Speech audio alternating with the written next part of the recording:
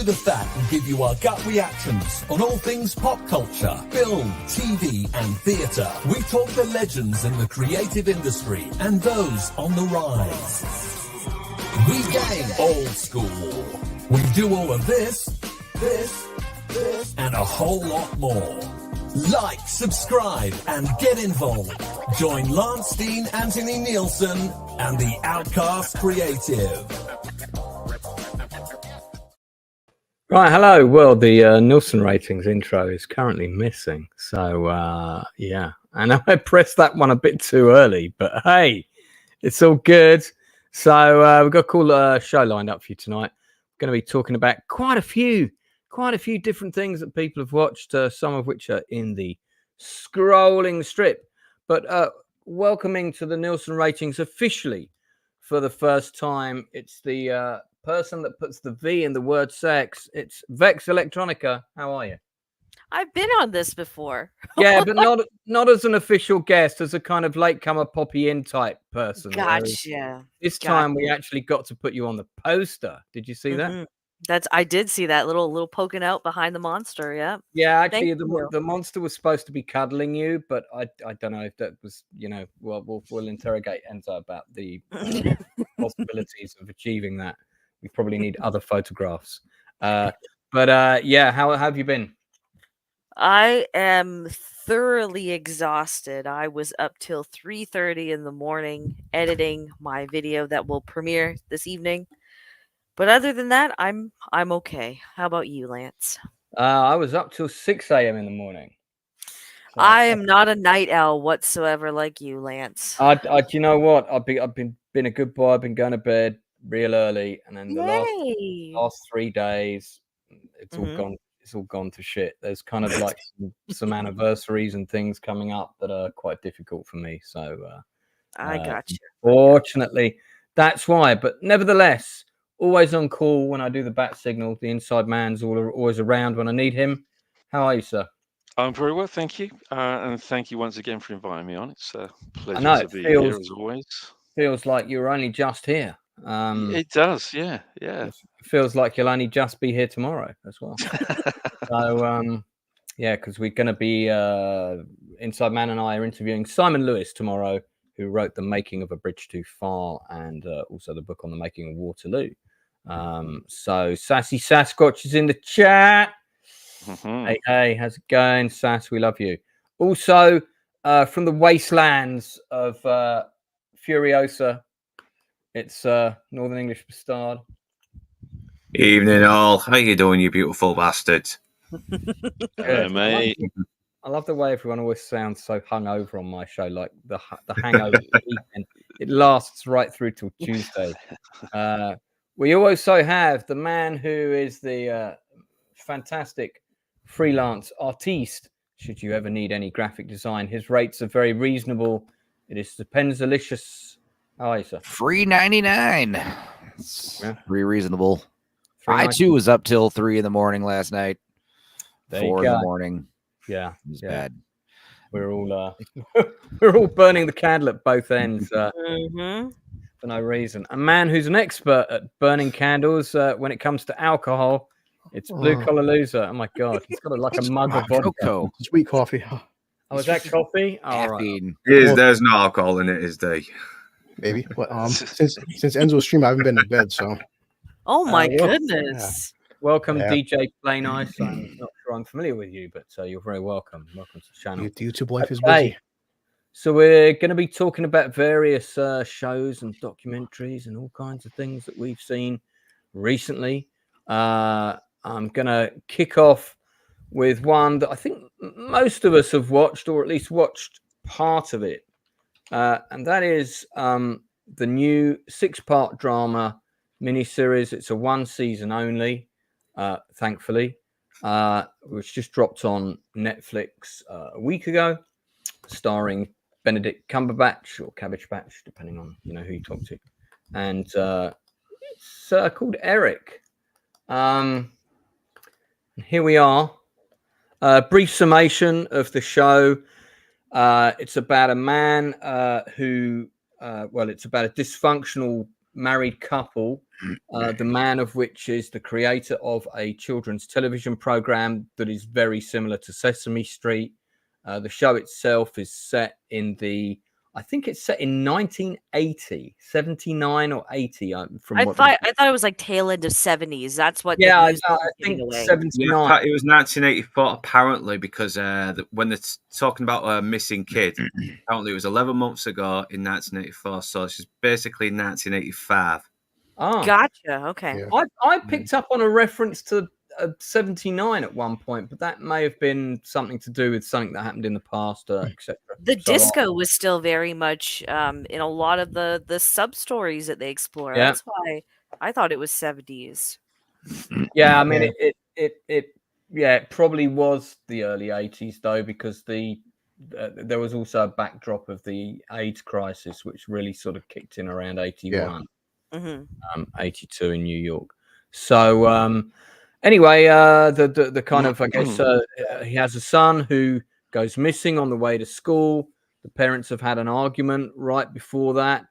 And then the father, the son had created a new character for the father's show that the father kind of dismissed. This character was called Eric. It was a big sort of blue, cuddly monster that kind of reminded me of Dark Hour.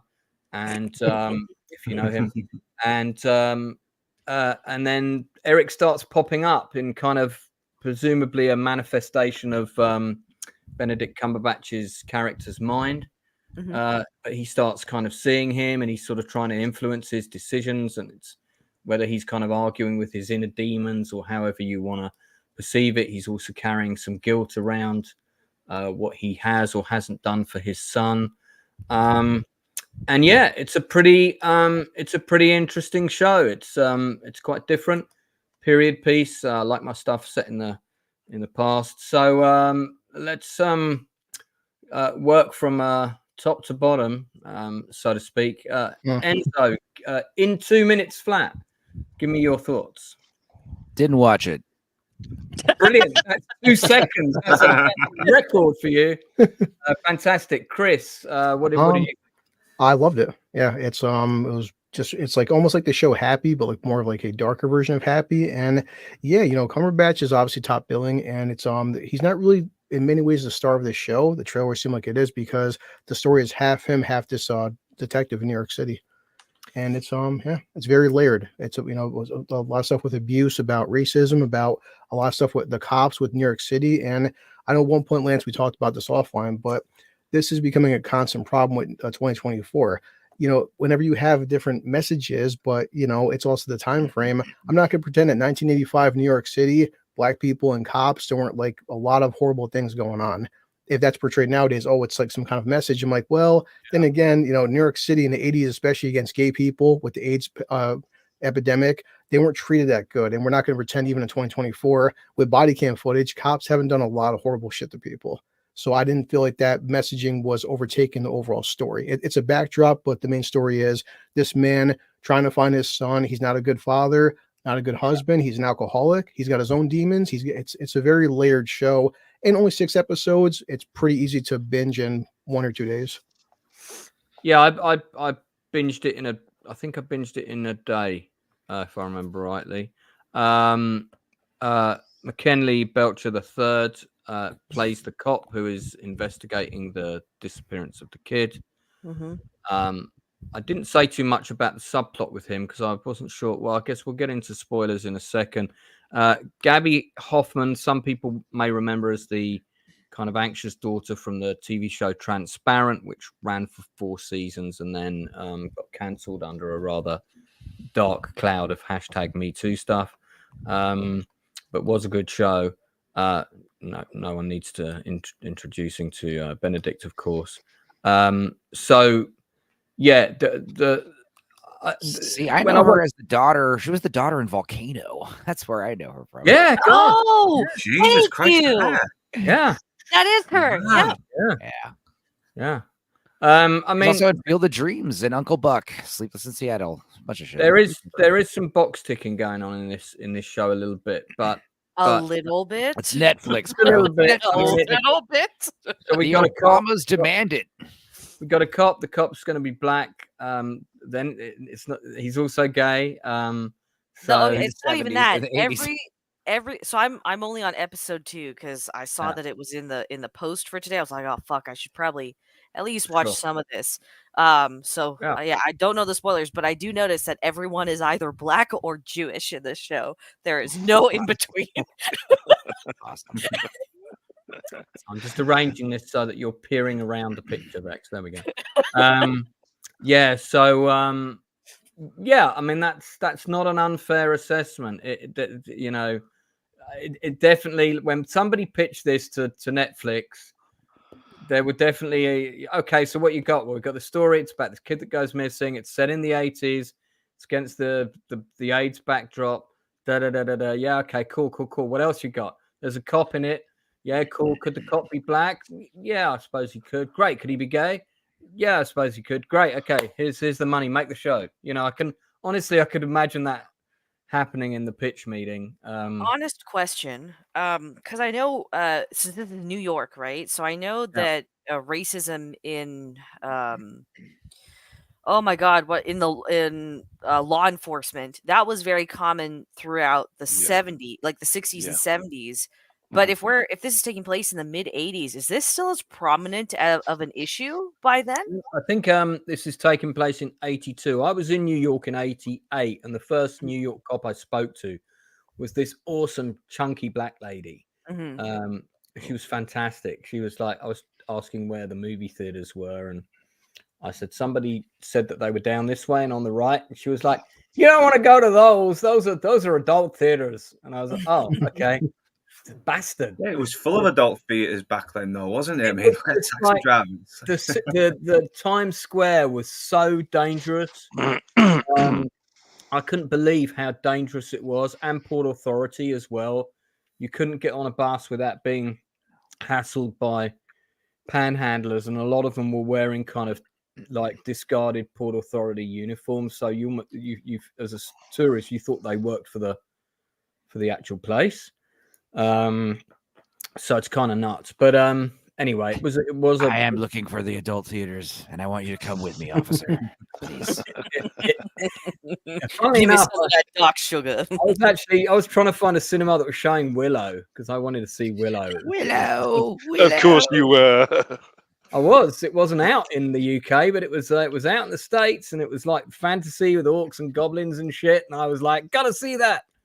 So out of the way, Peck. This kid's good in the show. He's really good. The cast, I have to say, the cast on the whole are very good in the show. Well, Vex, what do you think of it? You've seen 2 episodes. What do you think? Oh, I just started the 2nd episode. First episode though, I mean, I'm always down for like the murder, mystery, true crime vibe kind of stuff. Like that's an easy hook in for me. I like the way it's put together so far. I like that the family dynamic is not just kind of something that jumpstarts all of the problems, but instead it actually highlights why it complements this whole crime thing that's going on the outside. So you have these intimate problems on the inside with the family, and you have all these external problems with just the way that crime is happening, with the way law enforcement is. So I like how those are playing off of each other. I'm gonna be honest, I rolled my fucking eyes when we find out that the cop investigating is gay. I get that we're talking about AIDS epidemic, and there's a lot of homophobia around at the time, right? Yeah. Not discrediting that, but I think you could have. This is one of those things where I'm already kind of foreseeing that it's not going to be a huge issue for the plot. It's one of those things where it's like, oh, this allows us now to check off the gay box. Really I did kind of feel that whole storyline, other than showing yes the AIDS pandemic was happening at this time, didn't really serve anything else for the film. And I did wonder maybe that storyline would have been better served with one of the characters that was working on, what's it called, Sunshine Happy Days or whatever the name of the show was. I think one of the characters that was working on that show could have been the gay character, and he could have maybe had a boyfriend at home who was dying, Actor. or Maybe whatever. you just don't need a gay character. Like, you can still embrace that entire subplot with the AIDS epidemic without having to make one of your characters gay. But thank you for confirming that, though. Like, it's Netflix has done this time and time again, where they introduce like a character that's meant to be like, what's the word I'm looking for? Like, Masculine. like it's meant to elicit a certain response out of you because it's supposed to be representing something that's like a hot topic in the current day sort of deal, right? But then they never actually follow it through with anything meaningful, which is the bigger problem I have. If you were doing it meaningfully like they did with Baby Reindeer, I've got no problem with it. Zero problem with it. But yeah, it's very obvious from the get-go. This is just so it makes it's things are a lot better if we can just make this dude black and gay. I think part of it also kind of comes from the fact that most of these now really are doing it in order to qualify for award season. So when award season comes around, that 50-point checklist that each of the award panels go through now, that every single one of those has actually been checked off. And it doesn't matter how insignificant. It feels like it's on a different show as well when it gets to the part where they're tracking down another kid who was missing and he was killed because he was gay. It's like the show loses focus and just concentrates on that when we should be focusing on the Benedict Cumberbatch character. Well, that becomes like this massive thing that leads to like the downfall of the deputy mayor and huge arrests and police officers getting arrested and stuff. And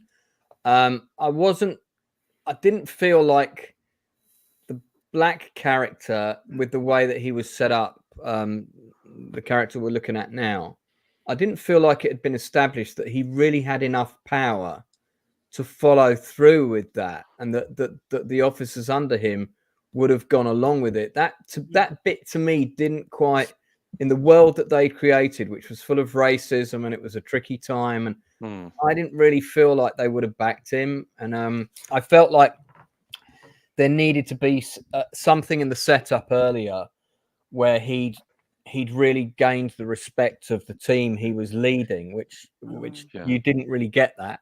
They seem to not really like it. You bring up a good point, which I noticed again also because I've only watched the first episode. But in the first episode, he's working homicide. He's attached to homicide. A child goes missing, which makes local news. We learn by the end of the episode, right? And instead of that, he's digging into like this side corruption thing that was going on at a nightclub, which it's the plot, or I would say the dialogue doesn't adequately lay out at this point, at least. Maybe that will change when I watch the rest of the series.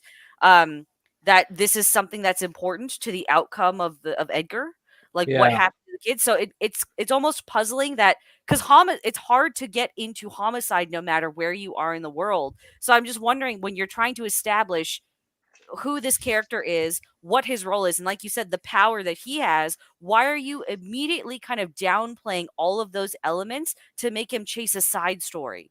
It threw him off a lot. Those two stories do link, because he believes the disappearance of the two kids are linked, but the subplot of one world has nothing to do with the subplot of the other world. Gotcha. So ultimately, the reasons for the disappearances are not the same. I mean, it's a bit of a spoiler, but without going into more detail, I mean, overall though, I have to say, the power of the performances, some good dialogue, not all of it, but and some powerful scenes.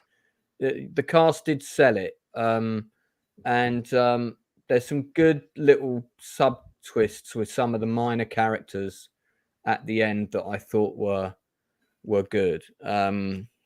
Is this another one of those 6-hour shows that could be a 2-hour movie? Is that what I'm saying? It could have been. It could have been. I agree with you, Enzo. I said this on one of the previous episodes. It's not just like I think they have a thing against, like, they want more black dudes in the shows, but they can't be masculine.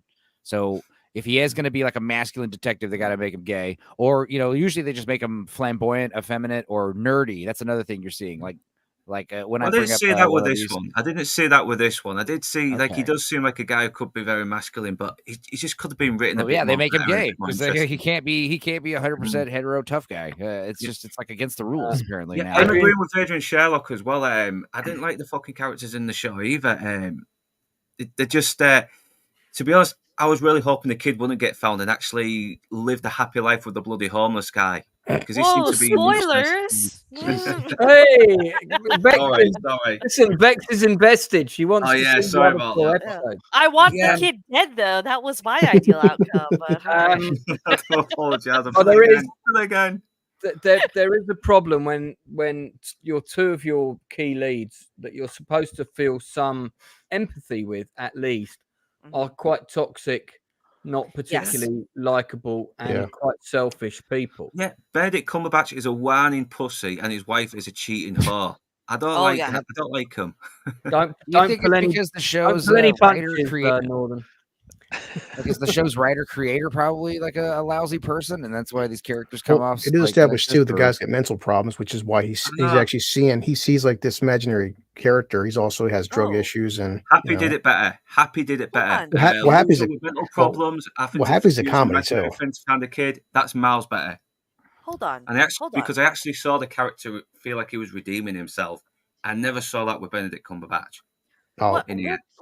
Sorry, what did you mean, Stupenzo, by the show creator is not a good person? Yeah, I don't know. I'm just saying in general. Well, sometimes when you find the characters are all assholes, sometimes the person who wrote it happens to be an asshole. I don't know. That's usually what happens. Right, what I you don't know. I don't deal, know. You know. I don't know who wrote this stuff. You know, I'm imagining someone who has mental issues. And, that's usually the case. I forgot I forgot the Candyman rule where toxic is concerned. I said the word toxic, and he appeared in the. Gotta go it. A Candyman. Well, we'll find out who wrote it in a minute. Blue, what would you give it out of 10? I mean, no, it's Lucy Fox. No, I mean, no. Cumberbatch has some good lines, but I do think that like a lot of parents they need a fucking wake up call, especially addicts, because Cumberbatch's character, he's an addict. He's an addict. He also has mental illness, and you want to believe that your kid possibly getting kidnapped and murdered, maybe it'll change like your life. And I've seen it firsthand all the time. People lose their kids to CPS, or they might lose their kids to like whatever the case may be. But some of the side plot with the detective could have been shaved down a lot more. Cumberbatch, but I'm glad to see him do more than just Doctor Strange. The guy's very versatile, and also he does what you can tell. He does the voice of Eric, the character of Eric. The rest is just shit. It is a good performance from Cumberbatch. Yeah, I know why Eric reminds you of Dark Hour. It's because his shoulders are like at ear level. Yeah, and that's probably why. Yeah, I mean, there's a big similarity there, especially with the voice. It is produced. The show is produced by Lucy Forbes, directed and written by Abby Morgan, who wrote The Iron Lady, the Margaret Thatcher biopic movie. She's been a TV writer, director for decades, big career. She wrote Shame. But it's written and produced and directed by women. That is correct. I don't mind shows with complex characters. I don't mind shows with toxic characters. In kind of actually the idea of the parents of the kid almost being the bad guys of the piece is actually quite interesting.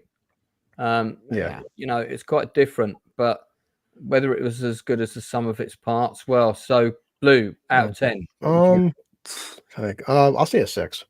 6 because I do like Cumberbatch a lot. His parts were the best parts, but we should have got more of his parts, because there is complexity to his character. He had a pretty messed up childhood, and what he's going through, this isn't the first time this has happened. This has happened numerous times, and a lot of people who have mental illnesses and addictions want to be parents, and they're not the best parents. Good shout. Northern, did you see the whole thing? Yeah, I did. Give us your score. 3 out of 10. 3 out of 10. 3 out of 10. Oh, I really wanted to like it though. I really wanted to like it. It seemed like it had some good ideas, but God, it just fucking veers off into its up its own ass. It really does. If I was rating it for you, if I was rating it purely for acting alone, I'd give it a good 8.5 out of 10. But I do think it has some issues. I think I think one of the subplots isn't properly developed, and therefore the payoff doesn't really have the impetus that it should. So I give it a 6 Vex words for that comedy movie that we out of 10. So 6. Were you asking Vex? 6 out of 10. No, I was sorry, just to go back to a point that one of you had mentioned. I don't remember who. So because of all the subplots that are going on, is this definitely then one of those things where someone came to Netflix with an idea about a kid going missing, and they were like, you need to make this gay as fuck and black as fuck and make it 6 episodes? Yes. Yeah. Okay. Yeah. I mean, well, we can't say that definitively because we don't know how it got commissioned. Could we infer that possibly then? Abby I Morgan suspect. Abby Morgan's got a lot of The clout. Obamas want to have a meeting with you and talk to you about the show. They do capture a good aesthetic. I mean, look at not even political California in 2020 for homeless. 1985 in New York City, boy, I would not want to live in that area in that time frame. It's that city was a dump. I mean, listen, in 1988, it was a pretty scary place. Yeah, it was a fun dump back then. You know what I mean? I don't know. It was a fun dump. Yeah, but I think everyone's pretty much, I would say, hit the nail on the head with this, because I think if it looks like it's been padded out with insignificant stuff that's going nowhere, then chances are it really was just a 2-hour movie, and it's just been stretched, and they've dropped a few bits and pieces in there. I don't know that that's what's happened here. I just think that they tried to include too many things, and I just think that the other plot with the other kid, which turns out ultimately not to be connected to our main storyline, even though it could have been. I just think that whole storyline for me doesn't really work. And it just doesn't. Because the whole promotion is about basically a father who loses his son, but then you're also tackling homelessness. You're also tackling corruption and with the mayors, the corruption with the police force, corruption with you've got the mafia. You've got mafia in there. You do, yeah.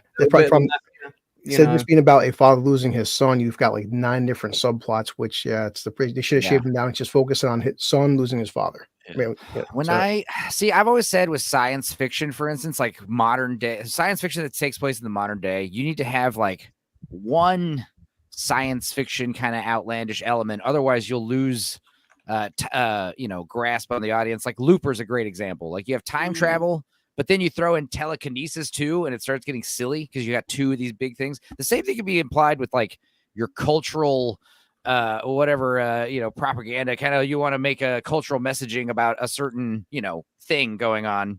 You can't be addressing all the cultural moments at once. You can't be doing all your. That's what they do. Putting your eggs in one basket is good. Focus on either racism or homophobia or whatever. Don't try to touch on all of it at once. It's too many big things you're tackling. Yeah. Well, on this channel, we're never afraid to explore and review the really highbrow intellectual stuff. So let's move on to MILF Manor. I don't want to talk too much. This is real. What idiot would watch this? This is actually MILF Manor Eric again this time, please. I don't want to talk about it too much. I talked about it for 3.5 hours yesterday.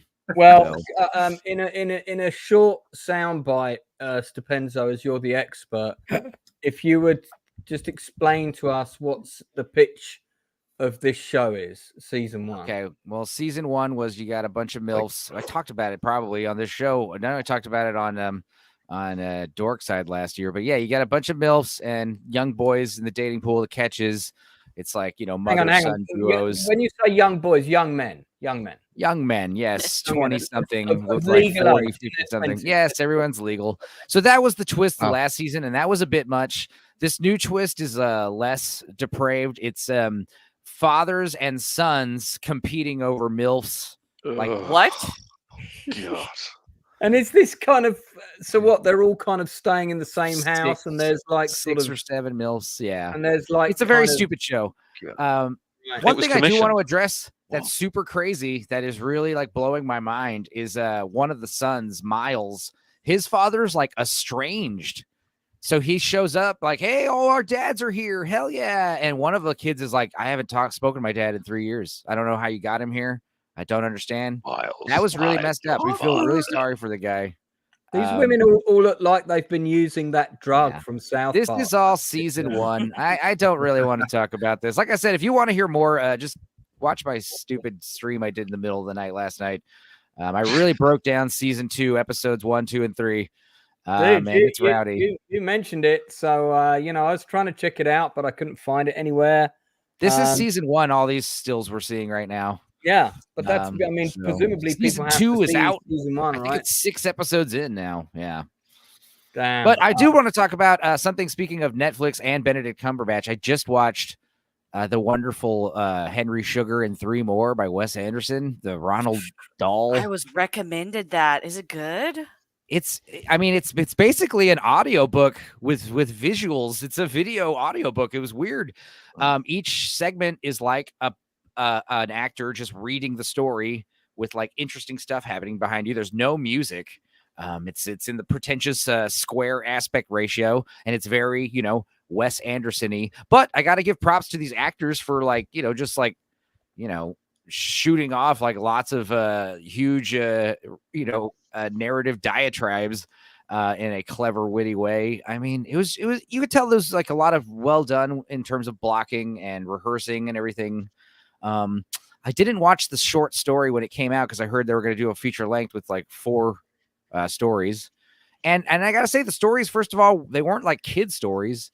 I mean, they're okay for kids. I mean, it's not like they're not child stories though. They have some like adult elements here and there, some death and stuff, and poison and things like that. And Sorry, did you say this is Roald Dahl? Roald Dahl. Yeah, and I think I want to say Ray Fiennes is like playing him, like kind of reading his writings. He's like the old man in a chair, thing. It was an interesting movie. It's very, it held my interest, even though it's just mostly like a person looking right at the camera and talking right to the audience. That's like 90% of the movie. And it all has this very like shoebox diagram, play vibe. It's weird. It was fun. It was different. It was strange. But it was short. So I recommend it. It was quirky, very Wes Anderson-y, Yeah, Wes Anderson is definitely become more Wes Anderson-y lately than less. You know what I mean? He some directors like start becoming invisible directors as they get better. You don't really notice their style as much. It's like the direction starts becoming more like under the shadows, whereas like Wes Anderson is just accentuating his Wes Anderson-ness with each movie. But yeah, Richard Ayoade. Yeah, and it's cool because Richard Ayoade, yes. I think there's like 5 or 6 actors that they recycle for each story. Right. So it's good. It was cute. Yes, sounds interesting. Sounds really interesting. I mean, it certainly wasn't Wes Anderson's like better movies, but it was a fun little experiment. Look at that rat. It was really good for Netflix. Netflix really does look like an illustration from his books, though, by what is it, Quentin Blake? Who illustrated? Yeah, the 4 stories are the Rat Catcher, Poison, and then the Wonderful Case of Henry Sugar and the Swan. Yeah. So they're all good stories. Roald Dahl has. I like Roald Dahl. Yeah. Sorry, Jake. What you? Sorry. No, Roald. Oh. Go ahead. No. I just wanted to know what you were going to say about Roald Dahl. Oh, thank you. No, I was just going to say, Roald Dahl's like the earlier versions of his books and stuff all have weird drawings like that. Yeah. If you've read any of the novels, so very odd.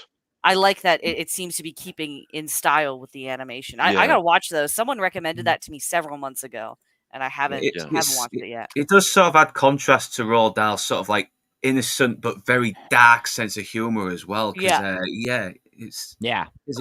lot of his short story really his short stories are really quite twisted. Yeah, With very Hobbs dark. and Rams and what was it? The one with the bees. Oh, I it's love been the a witches, long man. time. Yeah. Yeah, I mean, Even his kids, I mean, even his children's stuff is a little twisted. I love it. yeah. I mean, his short stories. I mean, Lance will remember this from the 80s. You know, we had a TV series. Funny enough, it's actually running on Sky Arts at the moment. It's called Roald Dahl's Tales of the Unexpected, and Oh my God. yeah, Down, and down. that one. yeah, so these really, really odd little quirky stories, and there's always a little bit of a twist in there somewhere. You know, so it's they're really good. Some of them are very, very good. Yeah, Tales of the Unexpected is a great show that is mostly people remember it for this kind of weird opening that it had. Yeah, the great title sequence. I'll see if I can get the titles up, because I feel one of the best TV theme tunes of all time, I think. I feel our American friends cannot, they can't come on here and be told about Tales of the Unexpected and then not see the opening credits. But one of the, you have those shows where people come on and the panel have to guess what their job is or what their occupation is or who they really are, kind of thing. I think the show was called Who You Really Are. I couldn't forget. There was a woman that was on that one time, and like, what's your secret? Hold on, let me pause this thing. And I think Vex, you auditioned for this part, right? For the remake version of this. Hold on, I've done a few auditions. Which one are you talking about? The one where you had to do this this little dance that's coming up. So in the silhouette here. So these are the opening titles of Roald Dahl's Tales of the Unexpected. Oh yes, I did audition for this, but they told me that they needed less titty specifically because it would have made the animations easier. Right. Okay. That's common problem for blue collar. Yeah, it's hard being busty in the business. You know, you can't do anything. So the lady's secret was she was the silhouette model for this sequence, this opening credit sequence, nice. on the show. But there's a whole load of them free on YouTube. Tales of the Unexpected. They're actually a lot of them are pretty good. There was one very dark. There was one episode called the spot when the spider catches the fly or something like that, and the whole episode is this girl's walking home from school and she keeps getting stalked by this guy, like this old kind of pervert. And oh fuck yes, yeah, remember that one? My and this old lady woman ultimately ends up rescuing her and brings her home. And says, "Oh, you come back to mine, have a cup of tea." And then she hears the door go, and she says, "Oh, that'll be my Fred." And then when Fred comes in, turns out to be the man who's been stalking her, and they plotted together to get her back in the house. And the episode ends with them closing the curtains and locking the door. It's horrible. It's horrible. What was it called again? Tales of the Unexpected.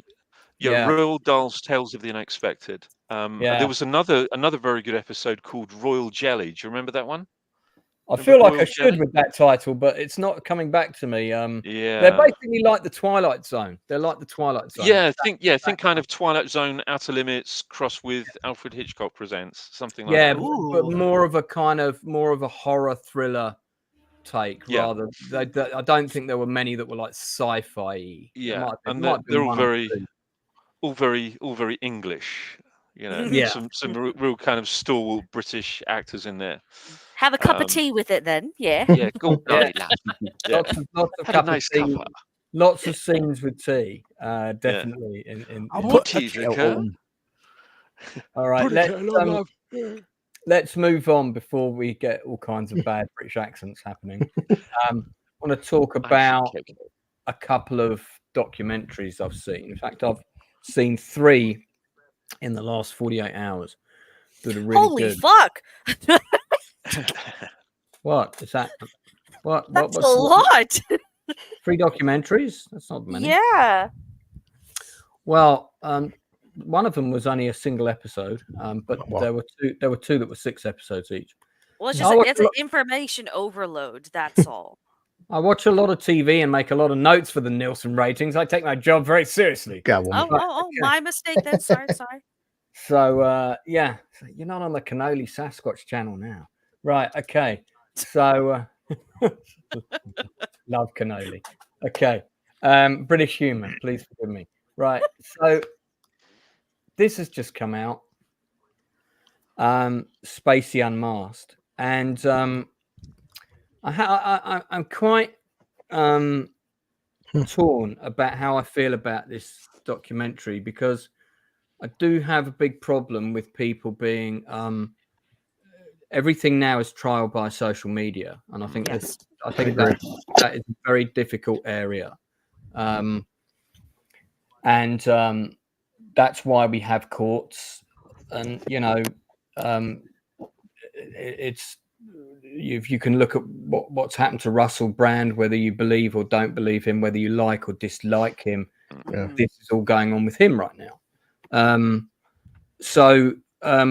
I was curious to see it. One of the reasons I was curious to see it is because a friend of mine who is an actor, who it's not someone who's been on the channel, but still a working actor, had a pretty close encounter with a certain individual within the industry, allegedly. Okay. So that made me want to see this. I did follow the court case because there were friends of friends that were involved in the court case. I didn't know anybody personally. I did know a lot of people that worked at the Old Vic Theatre, which was on its knees before Kevin Spacey came in and took it over. Please don't cue any follow-up jokes with that comment. And then, sorry. But on our knees. So this is on Channel 4. It's 2 parts. It's mainly comprised of interviews with 10 individuals, all of whom have either worked with or met Mr. Spacey over the last, mainly sort of since 2013. So we're not going like all the way back to like Anthony Rapp or that kind of time, although that's included in the documentary. None of these 10 individuals were involved in the court case in the UK. 2 of them worked on House of Cards. One of them worked behind this. One of them was a woman. One of them was a production assistant. And then there's also a cast member of House of Cards. And then you have a couple of other individuals that either worked with Mr. Spacey on a couple of other things or whatever.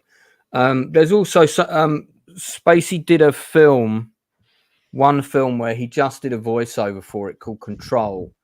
The actress who starred in that, Lauren Metcalf, was due to come on this channel and give me an interview about doing that movie. She pulled out at the last minute. But a couple of days later, funnily enough, was when the trial pronounced him not guilty. She made a very public statement about how great it was to work with him and never believed that he was guilty. So I did wonder if a second letter had been prepared, but anyway. So the documentary takes the testimony of these 10 people. The accusations that they make are extremely serious. And I'm sort of torn. Like I said, I'm torn about it because on the one hand, he's been pronounced not guilty, but documentaries are important. That is how we often find out about a lot of things that are going on. And I could cite several important documentaries that have been groundbreaking in terms of journalism. So I'm interested to hear everybody's views on this, particularly from anyone who's seen it. I'm going to start with Inside Man because I believe you watched it today. Yeah, I did. Yeah. Well, I actually watched it last night, but it's one of those things where that, mud sticks like shit to a blanket. Right. So whoever's going to be slinging that, it's not coming off. So we've had, as you say, the trial where he was found not guilty, not innocent, not guilty. There's a massive distinction between those two things. So everyone seems to think that somebody is innocent of the crimes that they've been accused of if they're found not guilty. It just means that there was insufficient evidence to convince the jury that there wasn't grounds for a conviction. That's all that really means. That's not to say that he isn't innocent.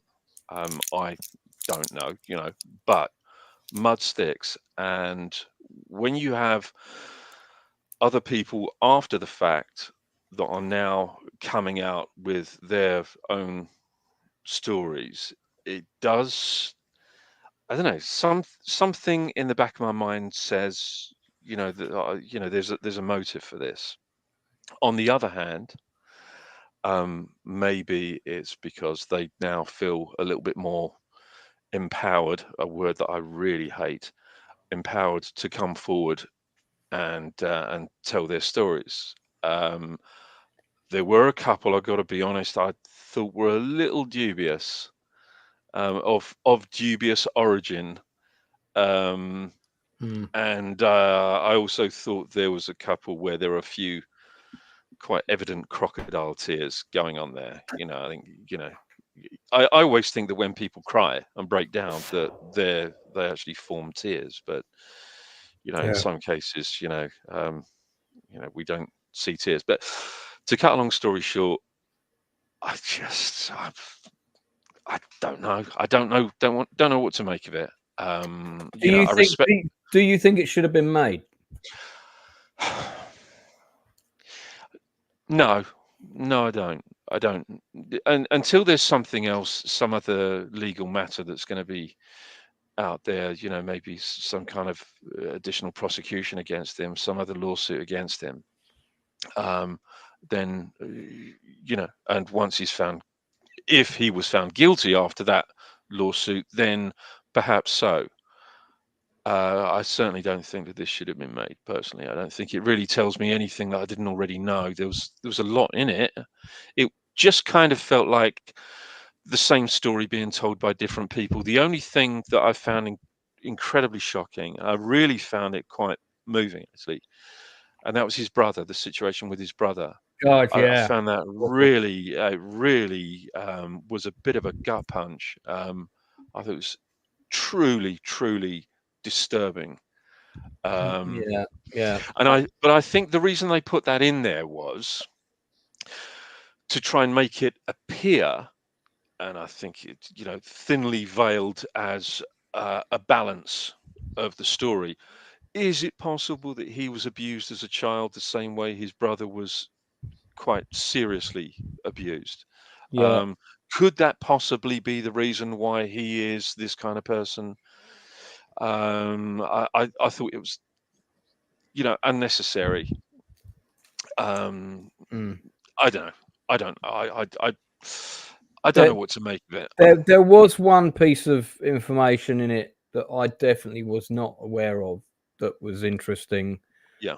Which was that the production company of House of Cards. Oh yeah. When they, I don't know whether it happened prior to them firing him or before, they sued him.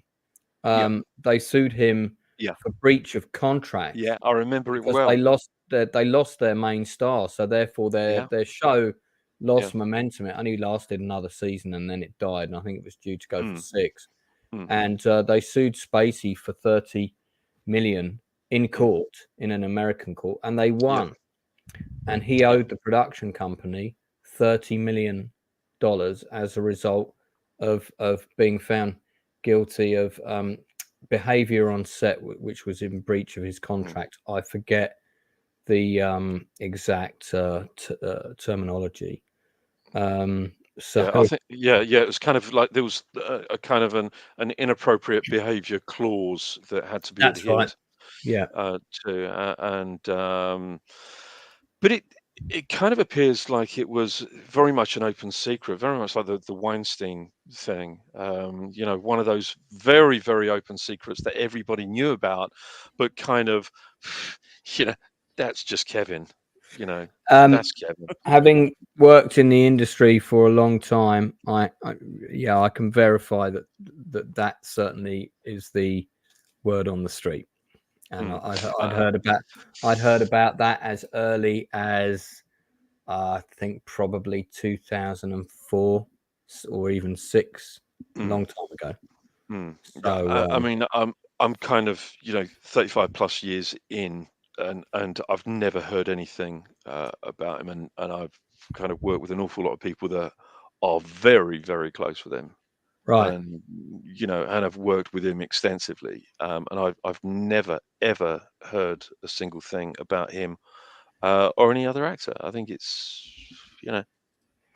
Well, we could do a whole stream about that. Has anybody else seen it? Nope. No. Well, I'd be curious to hear people's opinions if you do go and watch it. So, question. So Yep. this then isn't even touching on the bigger stuff that happened like prior in the 80s or 90s. This is basically just testimony of people that have worked with him in the last 10 years. It covers. It's mainly from sort of the time period that. No. It does go back a little bit. There are people. There's a high school friend, isn't there? One of them's a high school friend. There's a high school friend who had an encounter with him. There's a guy who was an actor who was working with him when they were both. I don't know if they were both at Juilliard or where, I forget that they trained. So you've got somebody there, and the 10 people are right across the board in terms of history. There was something in there. There was one thing in particular that kind of didn't quite jive with me, and that was the guy who said, well, first of all, I'm not that I want to cast aspersions or anything, but as soon as I saw this guy and heard him, I thought, this guy's obviously a young gay man, and I was completely wrong. So it's my misjudgment, of stereotyping. Are you talking about one of the British guys? No. I'm talking about the guy that said, he had a very kind of, let's just say, light mode of speech. Okay. And he said, and he said, I was at a restaurant and I said that, I'm going to go pee, and just a nice thing to say at a table while everybody's eating for a start. I think I normally do that at least 3 times during a meal when people are eating. I apologize now. But he and then Kevin Spacey leans over to him and says, do you want to go into the do you want to go somewhere and we'll smoke? Smoke weed. Yeah. And of course he goes into the toilet, drags him into he says that he dragged him into the cubicle. And basically unzips his fly, and this is Kevin Spacey unzips his own fly and produces his specimen for this other gentleman to perhaps have a little bit of a tinker with. And anyway, he nothing happens, and he says. He actually openly admits, he thought, I'd kind of store this one away so that I can use that against him if I want anything. And I thought, fuck, you're actually openly admitting that you were actually going to use a situation that you had with this man in order to blackmail him. I did. I straight away when he said that. Yeah, I was wow, man, you're kind of just as bad as him. Yeah, but he was sort of saying, well, I guess that's the game in this industry. You've got to ask for your favors. Yeah, and then he said, I kept meeting up with him, and we were going for rides in his car, and he sort of gets his old fella out in the car and starts having a little bit of a fiddle. And he says, I decided to, give him a blowjob. I'm straight, but I decided to jerk him off and give him a blowjob. And then, I gave him another blowjob, and, but I'm straight, because I've got a girlfriend. But of course you are. Come on, mate. Toxic wants you to know he's getting aroused.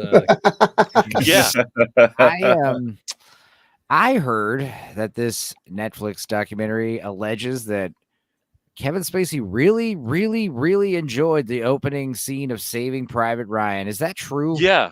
Right. He apparently pleasured himself to that scene. In the documentary, that's a they different. Say he's basically has lifeless, cold eyes, and he's basically a predator, like a shark. God, Well, that's right. The guy who's one of the guys who's questioned had a tiny role in Saving Private Ryan, and this is at the time that it was released, and Kevin had invited him to go to some other event, and they were passing a cinema that was showing it, and said, "Oh, let's go and watch your film. Let's go and watch it." So they went and watched it, and according to him, Spacey banged one off during the beach scene. He had more than popcorn in his lap. Yeah, I mean, what in the hell? If that's true, it's awful. It's not a good look, Kevin. The lawyers have talked. We shouldn't bring. He may have been proven innocent, but he knows a lot what's happening, and I'm pretty sure he is involved he has been involved in some dirty stuff. He's going. He's making the rounds. I don't know. Yeah, does this new Netflix documentary has like kind of like smear campaign vibes, kind of. Well, this is on Channel 4, but it may be available on Netflix as well. I saw it on Channel 4. So, Spacey. He apparently has a new movie coming out.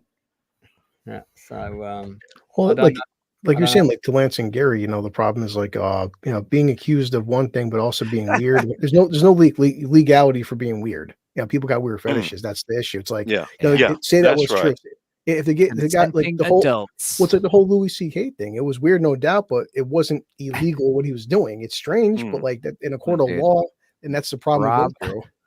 Dude, Rob Faulkner's comment. It's a hell of a scene, though. The opening from Normandy on Saving Private Ryan. Well, my suggestion is, people should make up their own mind watching it if they want to watch it. I'm not going to offer an opinion on where I stand with his the court of public opinion. Did he or didn't he? I'm not. My channel's not here to do that, but it's here to review content. And is it a good documentary? It's reasonably well put together. There are certainly some interesting things in it I didn't know, and there are certainly some people that are quite credible. But as Inside Man says, there are some other people where you think might be a bit of bandwagoning going on here. So but I agree with you. There is this trial by media, trial by social media, and it does seem to be whichever way the wind happens to be blowing on any particular occasion, then that's the direction that everybody's going to be going in.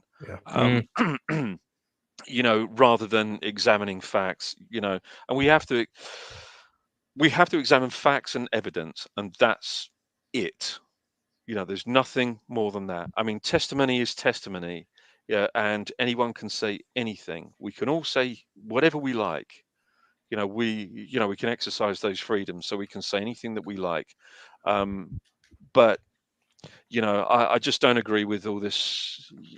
This just jumping aboard, whichever bandwagon happens to be passing at the time.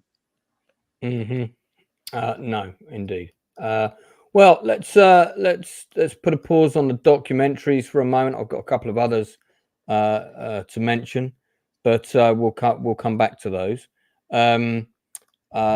Blue mentioned a show that I've been wanting to talk about for quite a long time. I'm going to do a special chew the fat on it at some point. I think the 4th season has just started. I have watched up to the end of season 3. This is definitely one of my favorite shows. I've mentioned it on the channel before. If you haven't seen it, absolutely 100%, it's worth your time. If you're a fan of The Shield, if you're a fan of The Wire, those kinds of quality dramas, Breaking Bad, but this is definitely in the gritty, real, feels real department. You could definitely do worse than watch The Mayor of Kingstown. It's on season 3, Lance. Season 3. Thank you. Why does every poster have to have the sparks and the embers? Have you noticed this? Well, because he's in Detroit, and that's Detroit. That's a much better poster. It's a much better poster.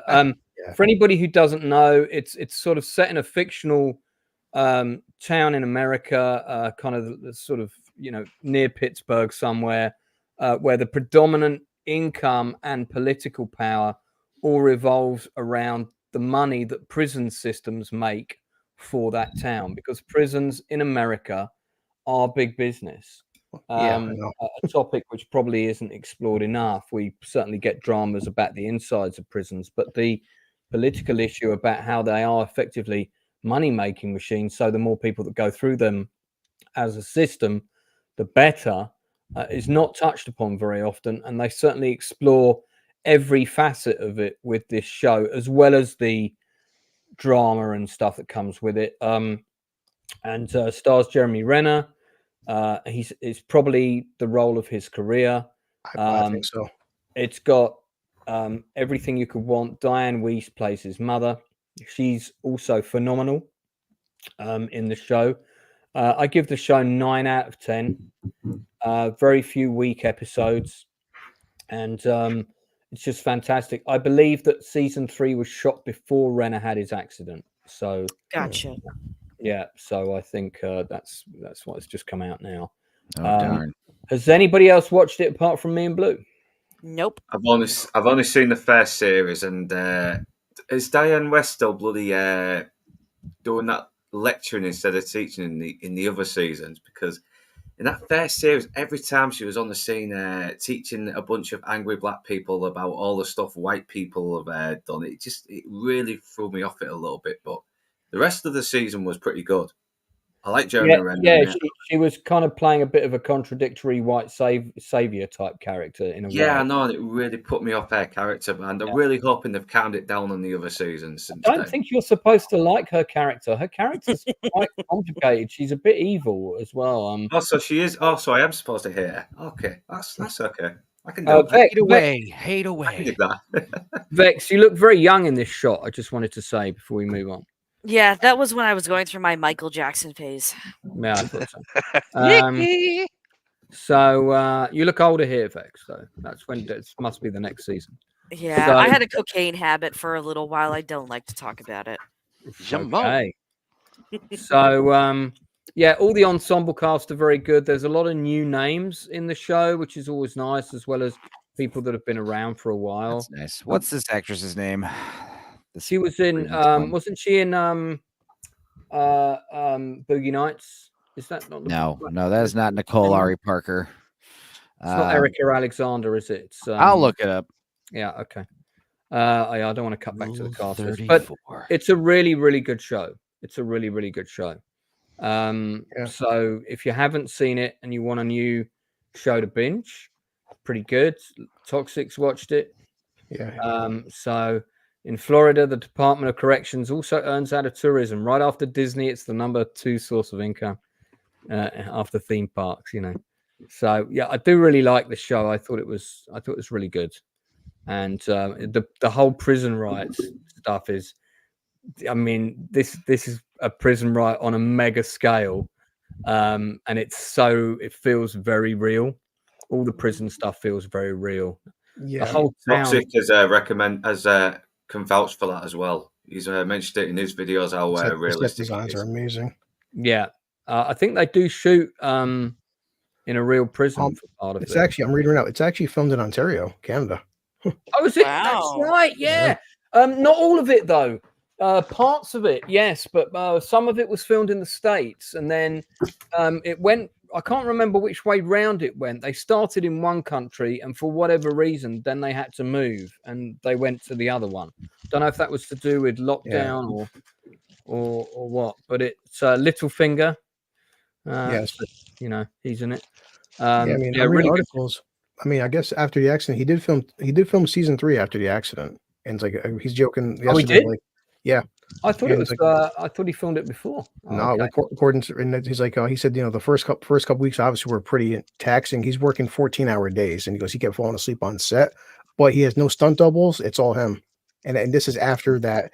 So I'm just amazed by it. And Disney Plus last year had his documentary. The fact that this guy is alive, it's like that itself is a miracle. But he was told, you're going to die. Okay, if you do live, we have to amputate your leg. Okay, if we keep your leg, you'll never walk again. He did a commercial last week for Nike. He's jogging, and the guy's back doing his own stunts after he was told you'll never walk again. Well, you know, you'll never walk again. Hang on, sir. I've got about $30 million in the bank. Let us see what we can do. Yeah. You know what I mean? It's not the same for everyone, is it? We can rebuild him, make him stronger. Yeah, Yes, I sir. mean, I just can't imagine. Imagine having a 14,000-pound vehicle collapse on you, and you're on death's door knocking. Social media, this guy's going to die. If he does live, we have to amputate one of your legs, and then now he's back to filming his own stunts on TV show a year and a half later. Like, and the guy is 53 years old. Everyone knows you don't exactly heal fast in your 50s, neither. I have been through that when Toxic fell on top of me. Trust me, it felt like a very substantial, heavy vehicle. Yeah. Yeah. I'm sure you and Inside Man knows Taylor Sheridan does a show, and Taylor Sheridan is just owning Paramount Plus. The guy's just popping out hit after hit after hit. Yeah, I agree. He's. I mean, every time I see a show with his name on it, I know it's probably going to be half decent. I'm a big fan of 1883.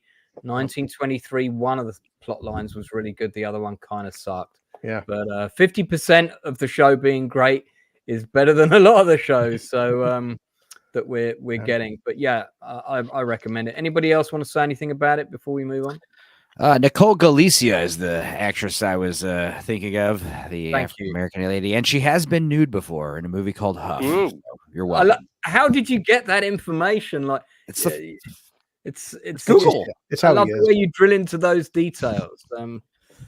Just Google an actress's name plus the word nude. You'll get your results. Sorry, yeah, but that's not my own standard Google when I go to check out what people have done. You want to see Andrew's browser? Basically, anytime I see my normal thing is I put their name and their career, and I check out their credits. I don't put the word nude. Has she been naked before? That's like my number one question. Kevin Spacey on his computer. It depends, though. You always know that there's a certain level of cerebral quality. I love that about you. Okay, very good. So we've already been discussing one documentary that's brought down the tone of the channel tonight. And let's try not to dig too deep if we can help. Well, he does have it on Disney Plus. His documentary is about an hour long. It's fantastic. I watched it like 4 times. Okay, the documentary about Jeremy Renner. Yes. Where's that? It's on Disney Plus. It's the only thing I actually liked on Disney Plus. That one documentary. I'm sure you can find it other ways. Well, of course, Disney Plus will be vitally important because we have the Acolyte coming out tomorrow. We'll talk about that momentarily. Vex, as you're our special guest tonight, have you got a show or series that you've watched that you would like to mention for discussion? I don't have a show because I was movie is fine. Okay. Thank you. Then I recently saw The First Omen. Oh, the original, the very, very original. No. Oh God, the title. Hang on. Sorry, that's exactly what someone was joking would happen. You'd say, "Hey, I saw The First Omen," and they'd be like, "You mean the one with Gregory Peck?" No, the first one. They'd be like, "Wait, there's one before that." Okay, there's one that came out at the beginning of April. It just came out on digital this past week, I think it was. Honestly, I haven't seen any of the Omen sequels. I've only seen the first one, and I haven't bothered with all the others. It's like a prequel movie, right? Yeah, I told you about this, Lance. This takes place 5 years before the events of the not first Omen. Right, the original Omen film, we'll call it, right? So this is a direct tie into that. It retcons a little bit of the Omen lore in order to work, but in all honesty, I would rank this as one of the best prequels I have ever seen. Nice. It nails a lot of that classic Omen like tone and eeriness down really well. The music is phenomenal. The actress, this girl here, Nell Tiger Free, fucking terrible name, but superb actress. I am like flabbergasted that this woman is not getting like hired out the wazoo. She was phenomenal in this. There's no political messaging or anything, so this takes place in the 70s and it feels like the 70s. Whoa, Bill Nighy's in it. Bill Nighy's always British people love him, don't you? Yeah, Charles Dance is in it too. He's a phenomenal actor, and he has a very small role. He's barely in it. Like he says like 2 lines of dialogue. Yeah. I'm guessing that Ralph Ineson doesn't make it alive. Is this the same priest from the original movie who gets his like head chopped. Is this supposed to be David Warner's It's character? impaled on from, the spire. Is this David the Warner's a character who gets impaled on photographer, the not a spire? priest. Okay. Who David was the Warner's priest? the photographer in the. Okay. That was in- Patrick Troughton, wasn't it? All right. Yeah, Yeah. Patrick Was this Yeah, supposed to Troughton. be is Ralph Innocent playing the Patrick Troughton character then? right? That's what I'm asking. Yeah, Yeah. Vex, can you verify? I'm not sure. Okay. Do you know what? Yeah. It's interesting actually that because the way your hair is set with you creeping around the photo, you actually kind of That's look like you look like a nun almost. With the that kind of Yeah. works for this. You see No, that? this was genuinely. I was really surprised by this. Whoa! film, Look at and that belt! Look at that I belt! know. I recommend everyone go check this out. There's minimal special effects too. I don't want to spoil it, but when they do happen, it isn't like egregious and it doesn't steal from the scene. Yeah, no whammon girl boss or anything like that. I loved it. It was great. Cool. Oh, look at that! That's I like a these cool posters. poster. Yeah, a lot of great promotional art I'm seeing. Yeah. Also, I gotta say, you guys are all men, so you won't feel it, but I actually felt my uterus physically coil Oh, three yeah, separate sweet. times throughout this film. hell yeah. There's a I told Vex there's a certain scene in this film. I won't spoil it, but like I'm a guy and I'm like, okay, I didn't see that coming. Yeah. Oh, yeah. That's awesome. Ooh. I gotta say, obviously the original's the best, but the sequels aren't bad. Sam Neill's good and Oh yeah, the other ones. yeah. It's fun. The sequels And all are- the movies had like weird supernatural like curses going on when they were making Okay. them. Yeah. It's all Okay. creepy. It's all creepy. Benzo, Yeah, have you seen this one as well? Now it's definitely on the list. I was gonna check it out. Instead, I watched two romance films. Yeah. Instead of watching MILF Manor, watch this instead. Vex, what would you give this out of 10? I gave it an 8 out of 10.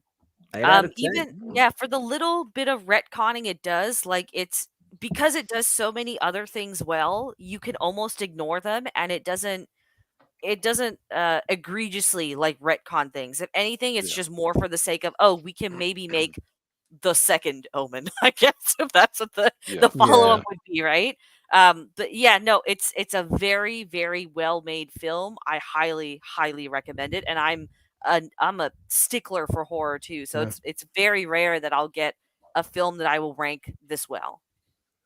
Yeah, and by all accounts, you can watch this. Go right from this right into the Omen movie. That's the point. It's a very good prequel. Yeah, there's a lot of I mean, the photography, just looking through these shots, is so creepy. Oh, it's wonderful. They do a super from the get-go. So it all takes place in Rome. From the get-go, you very much feel like this. I am not only in Rome, but I am in the 70s. Yeah. Right. Yeah. Yeah. I mean, Rome can feel I'm sold. Yeah, it does look good. Spider. So that's the cool part. It wasn't a big part of advertising. I just happened to find out after seeing the film. It was directed by a woman, but that wasn't part of the marketing. It just said, "Hey, the new Omen film." I didn't find out until after reading, like, who directed this. And Canali agrees. The Sasquatch says, "Excellent movie." Yeah, I recommended it to him. On, That's mate. why. Let me know if you want to pop on, mate. Yeah. So okay, so 8 out of 10 from you. Blue Collar, you've seen it. What would you give it? Yeah, no, I agree with Vex. 8 or 8.5, and so I told my mother about that because Omen was when I was a little kid. I was like, "Mom, you can watch this," and we're right into the first film. And Charles Dance is in it for a little while, but it's like a great film and excellent body horror, but like not in a disgusting way. Just it fits with the tone of the Omen because Omen's about Damien, and it doesn't. It's not like David Cronenberg style body horror. No, if it's with the tone of what this world is for, like, biblical, supernatural, demons, gods, Yeah. No, it looks good. I mean, I don't I don't watch a lot of horror these days because a lot of it's just a bit shit. Agreed. And also it's so hard to kind of see anything original. That Spider movie was okay. Ew. Yeah, that's more teeth than I wanted to see. Many people have said, Lance, once January came, that so far we're in June, but this has been a very good year for the horror genre. There's been some good movies this year. They're not all scary, horror's always been consistent. Some years are better than others, I would say. But they're cheap to make, and they usually make a lot of money. Yes, the couples are always wanting to go see a horror movie, even if it looks like trash. This was also so this would be like our second major religious horror movie because Immaculate came out earlier this year too. Yeah. That one generated a lot of hype because Sydney Sweeney, but honestly, this is the far better film, just objectively. This does so much right. It's a great horror flick. Okay. Well, all right. Well, that's one for people to go and see. The First Omen, not to be confused with the actual First Omen. The original Omen. Which is just called The Omen. Omen Prime. Yeah, I looked up Lance for just real quick. Unfortunately, the Omen is number one. The first Omen is the last one. Yeah, we talked about challenges last week. Yeah. Overall consensus was, it's not a great movie. It's rubbish. Unfortunately, the budget was 30 million and only did 50 million, which sucks. But I mean, well, I mean, 10 million of that went on cast salaries, almost certainly. Okay, well, I said I was going to talk about this film because Stepenzo said after I went on his big friendly LGBT stream the other night, can we talk about a film or a show that discusses trans rights? And I said, okay. So this is a documentary called Miriam, Death of a Reality Star. Now, we used to have a channel called... I remember this one. Oh, I remember this clip. Yeah, we used to have a channel called, I think it was Sky One. Back in the day, this is around 2004, when sort of in the UK, there was a bit of a battle for the new digital channels, Sky, BSB, and whatnot. And this was the flagship show of one of those channels, and it was also this was the start of that kind of era of kind of Big Brother and reality shows taking off. I think it was just slightly after the curve, wasn't it? I think it was Sky jumping on the whole reality TV bandwagon. I think they sort of got to it a little bit late, but this was their first and best effort, I think. Yeah, there's a lot of controversy as well. They were looking to, I think, push the envelope just to get shock factor viewing figures, basically. And for anyone who doesn't know, and I'll outline it briefly before we talk about it.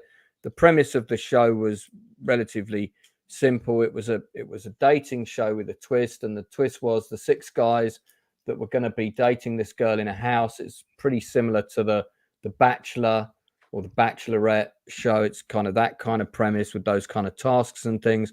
Was that the girl was in fact not a girl, but was transgender. Miriam Rivera. The show was like 20 years ago or something like that. The reality show. Yeah, that's right. Yeah, it was about 20 years ago. Circle of Jerks was showing it the other night. Now there's been a 4-part documentary made about it. Now I recall the scandal of this show at the time because, again, just to talk through the story before we all get into it, what happened was. When the big reveal happened, the male contestants, it really wasn't very properly managed. They didn't really think about the impact on either the contestants or Miriam. And it was really run by a bunch of amateurs who were really just producers out to make the biggest ratings that they could. So the male contestants all got together and sued the production company. Because they didn't know because they'd all kissed her at some point. So they were basically claiming that they'd been assaulted because they'd kissed a man. So that became a whole big thing. Now, if this reality show was made today, and I don't think it would be made today, but if it was made today, I personally think everybody, because of the way reality TV is now, no one would give a toss. The contestants probably wouldn't give a toss because everybody has seen there's transgender characters in a lot of shows, there's documentaries, etc., etc., etc. But back then, that was not the case. And there wasn't much in the way of transgender representation, agree or disagree. Pronouns were not a thing. And I could get into that, but that's a different topic. Anyway, what was this called again? Something about Miriam. So it was called something. There's something about Miriam was the name of the original reality show, which ran for one season. But So what is this documentary? This documentary is called Miriam, Miriam. Death of a Reality Star. So it's a four-part show that covers not only what happened with the original Channel 4 show, but it goes further than that. And it covers everything that happened with the legal case, the fallout afterwards, what happened to Miriam afterwards, and the events that ultimately led to her suicide in 2019, suspected suicide. What is this streaming on? Or is it's on Channel 4, which is a UK. Okay, I gotta see all the C's then. So you may have to do that. I'm sure it probably would have been sold to another platform though. I have to say that the documentary is absolutely superb. It's really, really good. They've got several of the original boy contestants that were on the show now being interviewed as adults. And that's really what their narrative and how they look back on things now and how they talk about it now really gives the film a good sort of emotional core narrative. You've also got friends of Miriam's and her parents being interviewed. Yeah. I mean, I did think the guys were, for all intents and purposes, airheads. They did. Yeah, they were as absolute airheads. Himbos. Yeah, you get that? You got that now, finally? Sorry. I didn't make it up, right? But you can kind of see that the producers had obviously sat down and watched the Crying Game and thought, yeah, got a great idea for a show. Yeah. Fucking ignoramuses, you know. It was a very poorly conceived idea. I actually wish that the contestants had because it was settled out of court, and they said that they got I think that it was 300 grand. The lawyers took 150 grand, so it was 150 grand whacked out between 6 of them, about 20 grand each or something. I actually wish they'd taken the production company to court, because that would have been really interesting to see what would have happened. And I reckon they probably would have been given a much bigger sum of money. But the show was so desperate to, they wanted it to air because it was that it was going to be there. They knew everyone was talking about it because word had got out before it had even aired. So there was this big anticipation, and when they did finally air it, it did get massive viewing figures. I remember at the time, but it also turned out later that she had a brief period of doing porn. And that was before she did the reality show. And the fact that the lawyers for the contestants were able to find that out and produce the evidence of it, and it just goes to show how little research the documentary people had actually done. Yeah. I'm not saying she should have been judged for that. No, absolutely not. No. Far from it. I personally don't think that should have ruled her out being on the show. However, when you step back and look at the legal ramifications, there's lots of things there. That's why I said it's a very, very good documentary. It's a good documentary that explores the danger of reality television if it's not managed properly. I mean, in the documentary, the contestants were basically just a bunch of rude lads, as we called them. But the two that have agreed to be, I think there's 2 or 3 of them that have agreed to be interviewed. The 2 that have been interviewed now, and obviously they're men in their 40s now. They look back at it and they are mortified by their behaviour. So they do have quite a considerable remorse and quite a mature, reflective narrative to offer, which I thought was good. But I recommend it. It's good. It's fucking heartbreaking, actually, but it's good. Well, but you're right. I mean, today, it's kind of disgusting as well, because they've just had a bunch of people make fools of themselves just so they can get some quick ratings. But then again, the people signed onto these as well. Yeah, that's early 90s, right. late You're 2000s, absolutely everyone was willing to do that. A lot of people were willing to get on MTV and embarrass themselves in the early 2000s. Oh yeah, yeah. But yeah, there was that Mitchell and Webb joke. We're like, what's the lowest amount of huge money we could pay someone? $100,000. We can give them $100,000. They'll do whatever we ask them to. It's like, all right, cool. Come to think of it, does anyone remember Harry Hill's TV bet? Because he did have Miriam appear on at the end. He had this little sketch where he was saying, "Oh, I'm going to get ready for my blind date." Then Miriam shows up, and then Harry Hill starts singing the crying game. It's no, go ahead. Oh, sorry. No, just this is only 3 episodes. The documentary is 4. I think 3 or 4 episodes. Yeah. Because only 3 is showing up on my torrent site. That's 3. Three is right on your legal platform that you found to watch. Right. Yes. Yeah, Zach's was hilarious because he was showcasing the clip, the famous reveal the other night on Circle of Jerks, and everyone. It's funny because, like, the boys, the men, the contestants, they're all standing behind the winner who has won, the female, and it's very like, I have something I must tell you, and you could tell. Like the guys in the back are starting to snicker, they're like, oh man, oh dude. Well, I feel like they know what's coming, and the guy's making the face, and then she reveals it and they all start like kind of laughing, like, whoa, even though they all kissed her, but there's Did like, she even know what she was getting into though, Miriam? I don't know. The thing that's so messed up is Zach's is like showing it. We're all laughing at, other reactions. And then Zach's is like, yeah, well, anyway, she killed herself, by the way, recently. Yeah. It's just like, oh my God. Like, oh shit. Yeah. I mean, she's dead now. And also I think a couple of the guys killed themselves too, right? Or no? They definitely No. None of the guys. The guys are all still alive. That's bullshit. I don't know. I might just be misremembering. But I don't listen. I don't want to. As much as we like to have a laugh on here, one topic I don't want to make light of is suicide. Okay, so not a, and it's also not the one of the things that it explores, particularly in episode 3, is whether she did or didn't kill herself.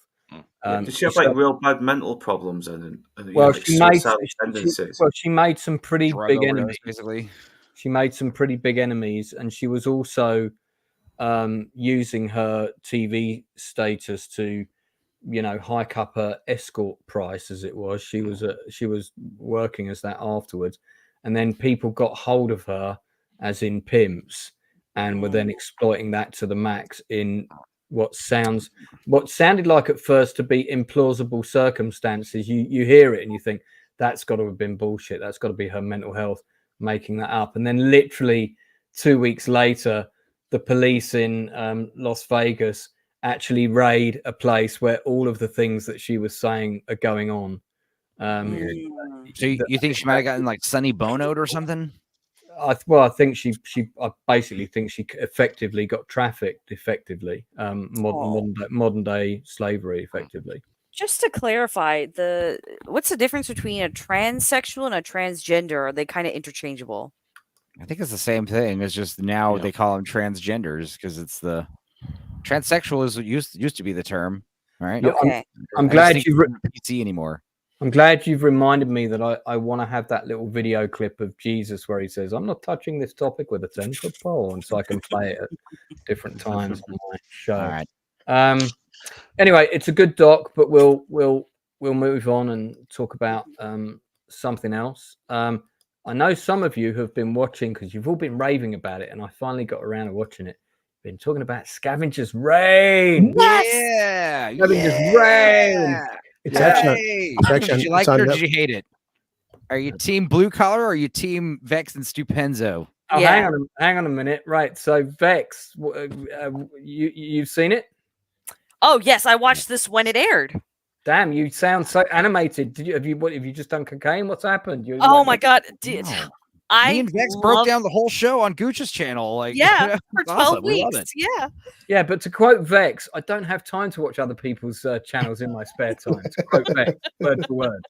So, what did you think of it, Vex? Then you like it, I take it. So when I first watched this in one go, and I loved it so much that I watched it 2 more times after that. So I watched this show 3 times back to back in the span of 2 weeks. Okay. Watched it a 4th and 5th time a couple months later. Okay. I love this show. This is probably one of my top 5 favorite shows ever.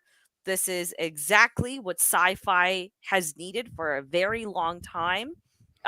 There's minor critiques that you can take there. I think the biggest issue I take is just the inconsistency with the animation.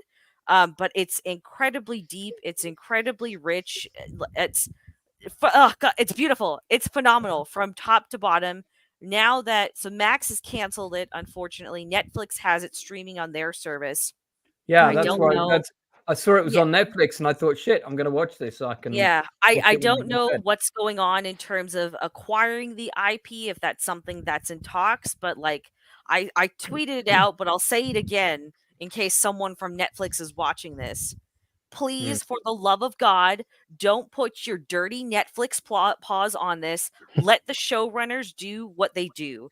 They know what they're doing with this world. It's so beautifully intricate. I can see that there's potential down the line. Don't fuck with it. Give them full creative control.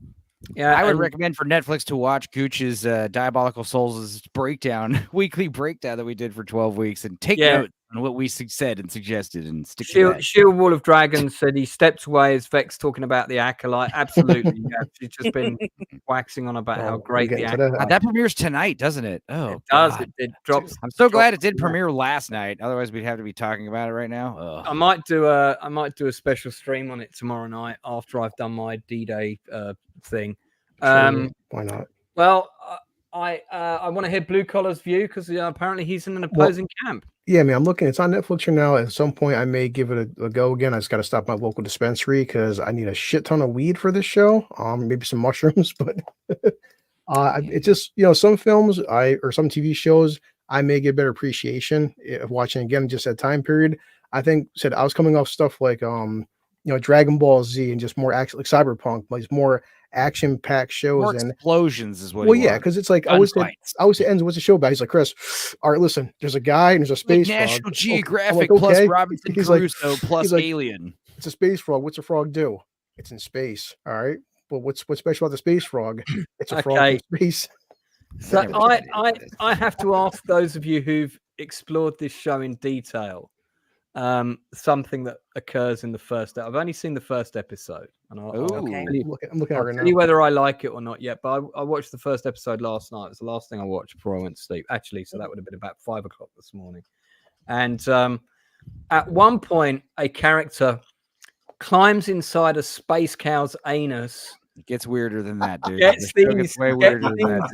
Gets these two sections of the intestines, squeezes out two of these little things, then is spewed out of the space cow's mouth and says, "Hey, I got them," to his female friend, bashes these two things together, and they're now lights. Now, in space, I mean, do they not have torches in this universe? Do you have to climb inside a space cow's anus? Yeah. As you watch the recurring, go ahead. Yeah, the recurring theme of the show is like the survivors. Those two specific survivors are like, one of them is like a botanist, a wildlife expert for the planet. They know a bunch of things.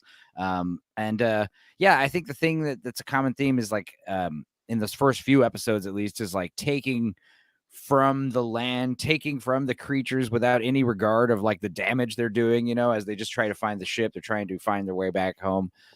Because later that big cow creature we see at the end of the episode is dead from regurgitating those things. Apparently that was like not good for it, so they don't care though. I mean, I had so many questions about that sequence alone. Like, how did these guys who are marooned on this planet come to the point where they went, we don't have a working light source, but I have a feeling if we climb inside the anus of that creature, we might be able to discover a light source. They knew that beforehand by researching. How did that work? How does that work? I mean, I was dozing a little bit. Did I miss a technical plot point that gave me this? You gotta keep watching. Something to keep in mind if you do choose to continue watching it. So it's 12 episodes altogether.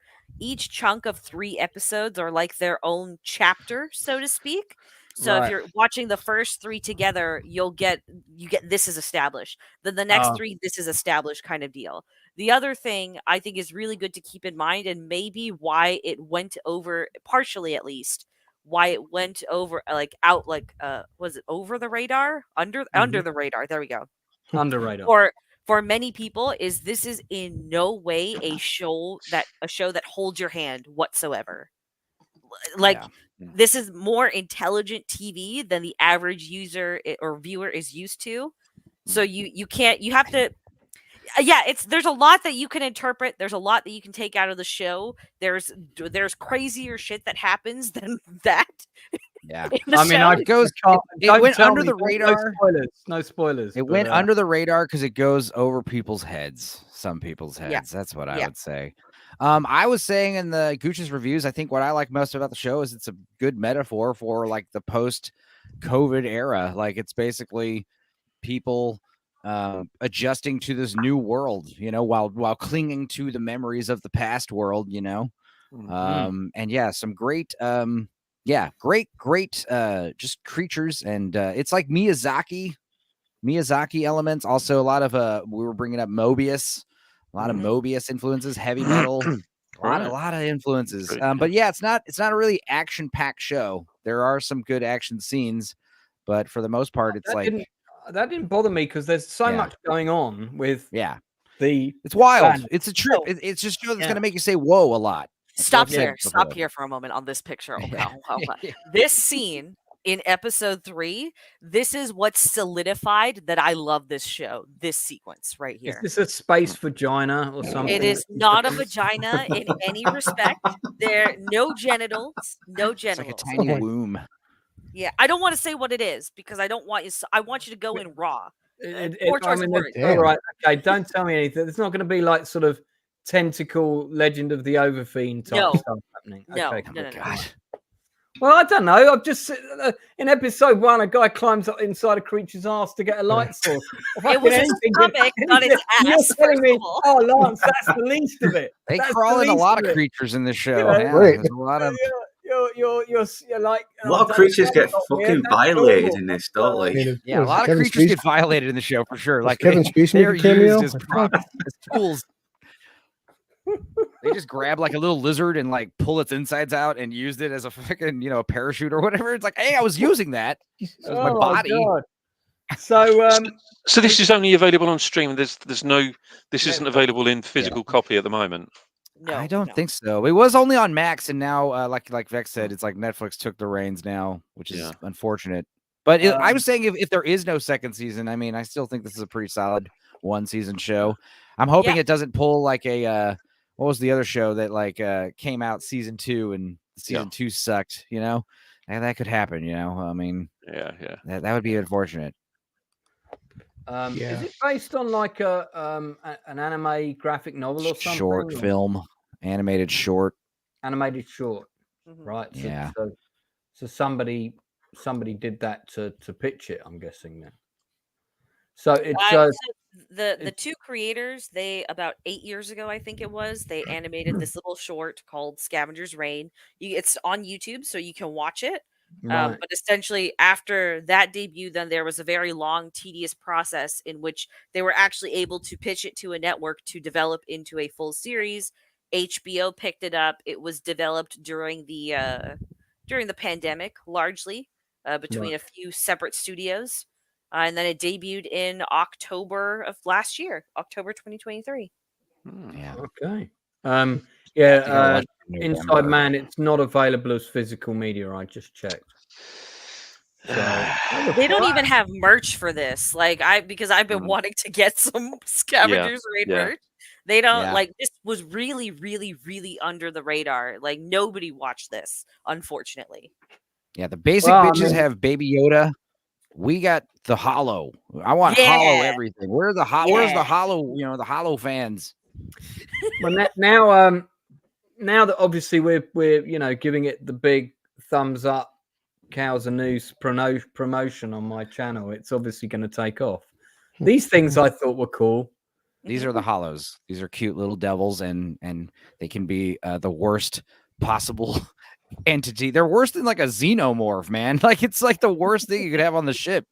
One of those things. Holy God. They're cute little buggers at first. I mean, I do like the world and how wacky it is, and it's kind of like Dr. Seuss did Acid, and this is his alien planet, you know. I like the fact that the pods still look a little bit rusty and dirty as well, like they haven't been washed for a while. That's the point. As you watch it, you'll understand why a lot of things are the way they are. Yeah. Right. To its So credit, they've been on there for a while. Then. Mhm. I'm looking at Rotten Tomatoes. It's got a 100% critic score, 94% audience score for the 5 people that reviewed it. But 5 Yeah. people reviewed it on Rotten Tomatoes. It's hilarious. I'm just saying, but no, it does have a high audience what- score though. There was something big that was premiering. Wasn't Ahsoka still going in October? Let me look. So, Maybe. I'm not Because sure. I'll look there it were a right now. couple. There was something else big that was happening during that time, and I feel like that's probably why this got overshadowed. The first time we talked about this on the channel was like well over a year ago. It feels like I do remember it came up. Yeah, Yeah. I was bringing it up around November. You know, when You I first did, saw it, I was yeah. like, I watched this crazy ass show, man. I watched it in like 2 sittings. Hell yeah. Yeah, and they only had a couple of. There was only like 3 or 4 stills. This was one of the stills I remember. This is a really weird scene. These are like these kind of weird cow things that surround like the encampment, and she takes out the bike with this sort of electric cattle prod thing Mhm. on it to scare them off. It's a very Studio Ghibli sequence. Yeah, home on the range. Because these things really felt very Ghibli. It's like they'd escaped from a Ghibli compound and ended up on this planet. Well, Ahsoka's finale was October 3rd. Hang on, so there is a season 2 already? No, they're talking We're about talking One about Punch One Man. Punch Man, Oh, One Punch Man. Okay. Oh, we talked about that last week. and I've just reviewed that. Hello. All right. Self Is it good? promotion. Okay. So, Northern, your turn to plug something or talk about something. Pick a topic. Yeah, one film that came out last year that I really missed out on seeing, and that was Air with Matt Damon and Ben Affleck. Oh, I like Oh, yeah. By I Ben heard about Affleck, that. by the way. Yeah, I don't think we were going when Air dropped, so to speak. So Yeah, I know, but it was last year, but I was. see what I did there? It's definitely one that was Hello. getting some Hello. praise, but not a lot of. I don't think it was a big hit though. Dear God. I it's think very well it done, did though, all right. it It is. did all right. It did all See, I right. used to think I was really funny, but now I'm just starting to think that one, Inside Man just is a really big laugher. That's what I'm Yeah. realizing. It's really good though. I mean, it's just right. It's a simple story. A guy tries to get a big basketball player to endorse their company, their trainers, and it's not boring. True story, isn't it? True story of Yes, based on a true story, and it's very well acted. I love Matt Damon's character. He's like this. He's not.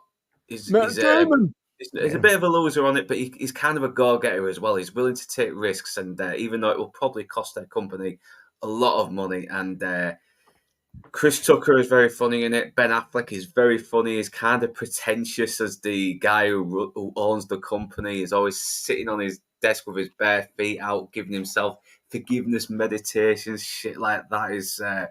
He's kind of an arsehole, but he's kind of funny as well. And I do love the fact that Michael Jordan is never seen or heard, even when he's in there with him. Every time it looks like you never see his face. Yeah, which is great. And it's all about basically landing the contract with Michael Jordan. True story.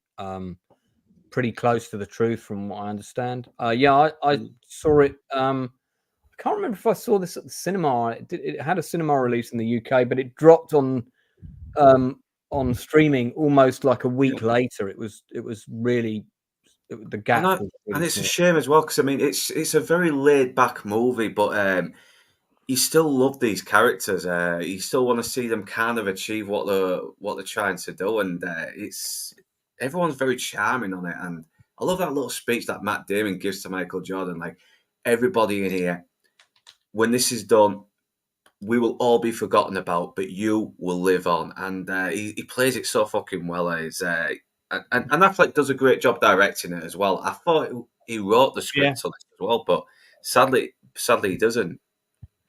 Well, and he's in it and he directed it. That's enough, isn't it? Yeah, he's and it's probably his best film in a while. I mean, because he did that Live by Night, which I'm hearing was very bad, and even Affleck hated it as well. You know, sucks, Luke. Look up. It says the budget was $90 million. They spent $40 million just on marketing. Yep. Dear God, man. Yeah, was this even nominated for any awards? Because I think they should have got at least some nominations. I think it had a couple.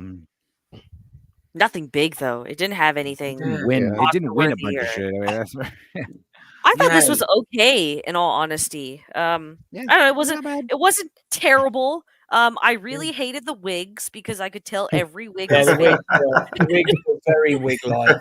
Right. But like it's the one movie that has done the true story thing like perfectly, in my opinion at least, is The Big Short. And I feel like every other movie, every other movie since then that has done the same true story thing has been trying to mimic that, but they never quite meet the passion that that film had. Well, I thought this was a bit different. I mean, because in The Big Short, I mean, you got a lot of pretty unlikable people on there as well. But even though it's meant to be, but here I actually like these people. Even Affleck's character was a bit of a dick. He's still kind of redeemable a little bit. It's well, they're both very different. This one's areas a little bit more laid back and easy to follow. While The Big Short, you really have to sort of really pay attention to what's happening because there is a lot of intricate, complex stuff going on. That's very sadly is how our whole economy has been tanked and it continues to tank. I'll give a 7.5 out of 10. Other scores quickly before we move on. I'll give it 8 out of 10. Bex? 6 out of 10. Okay, that's all right. It's good. I just it's not like it's an incompetent film. I do understand that. Yeah, I get why.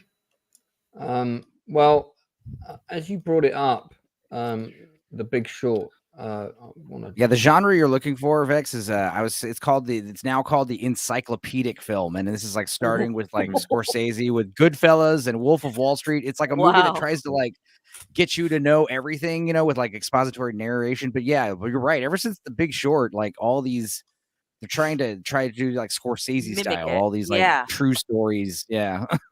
Ryan Gosling as well was just fucking phenomenal in that film. He's a sort of douchebag, and he's very unapologetic about what a douchebag he is, and I love it. Oh, this is Too Big to Fail. This is Too Big to Fail, which came out in 2011, 4 years before The Big Short, and I would argue is just as good. What is it? It covers the financial crisis again, the collapse of the housing market in America. Lehman Brothers, all of that stuff. James Woods is in the cast. Now, some of you might not recognize him, but that is the lead actor from Caddyshack holding that phone right there. What? Michael O'Keefe. Yeah, that is him. Different. Yeah, he does, doesn't he? But that is him. He's really good in this as well. He's really good in Too Big to Fail. It's a really good piece. William Hurt. Matthew Modine. William Hurt is in here as well. This is the same kind of story with just as good a cast. Billy Crudup, Dr. Manhattan, all big names. Carol, Carol, Paul Giamatti, Bill Paul, it's got an president. Topher Grace. I'm kind of. I'm gonna have to watch this. I'm surprised more people have not seen Too Big to Fail because the cast are phenomenal. It's like a stage play, but it's a really, really amazing. Ed film. Asner as well. Yeah, awesome. And we just lost him, of course. I would say that one of the best filmed Santa Clauses ever, Ed Asner. But of the two, I prefer Too Big to Fail over The Big Short. Of the two, they are very, very similar movies. But I just like Too Big to Fail a little bit more. This has more perspectives. Gotcha. So this has got more perspectives. And equally good cast as well. They've got a similar lineup of really, really big hitters in this movie. Too Big to Fail is a really good film if you haven't seen it. It was more made for TV. Add it to my watch list. Yeah, do absolutely. I'm going to talk about these two films. Film and a TV show really quickly. One that's Depenzo watch. So I just watched Queenie, which is an adaptation of the book that won the kind of book of the year in 2019 in the UK. Everybody went apeshit over it. I haven't read the book. It's semi-autobiographical about a black girl growing up in South London. She's 26. She's got a complicated history.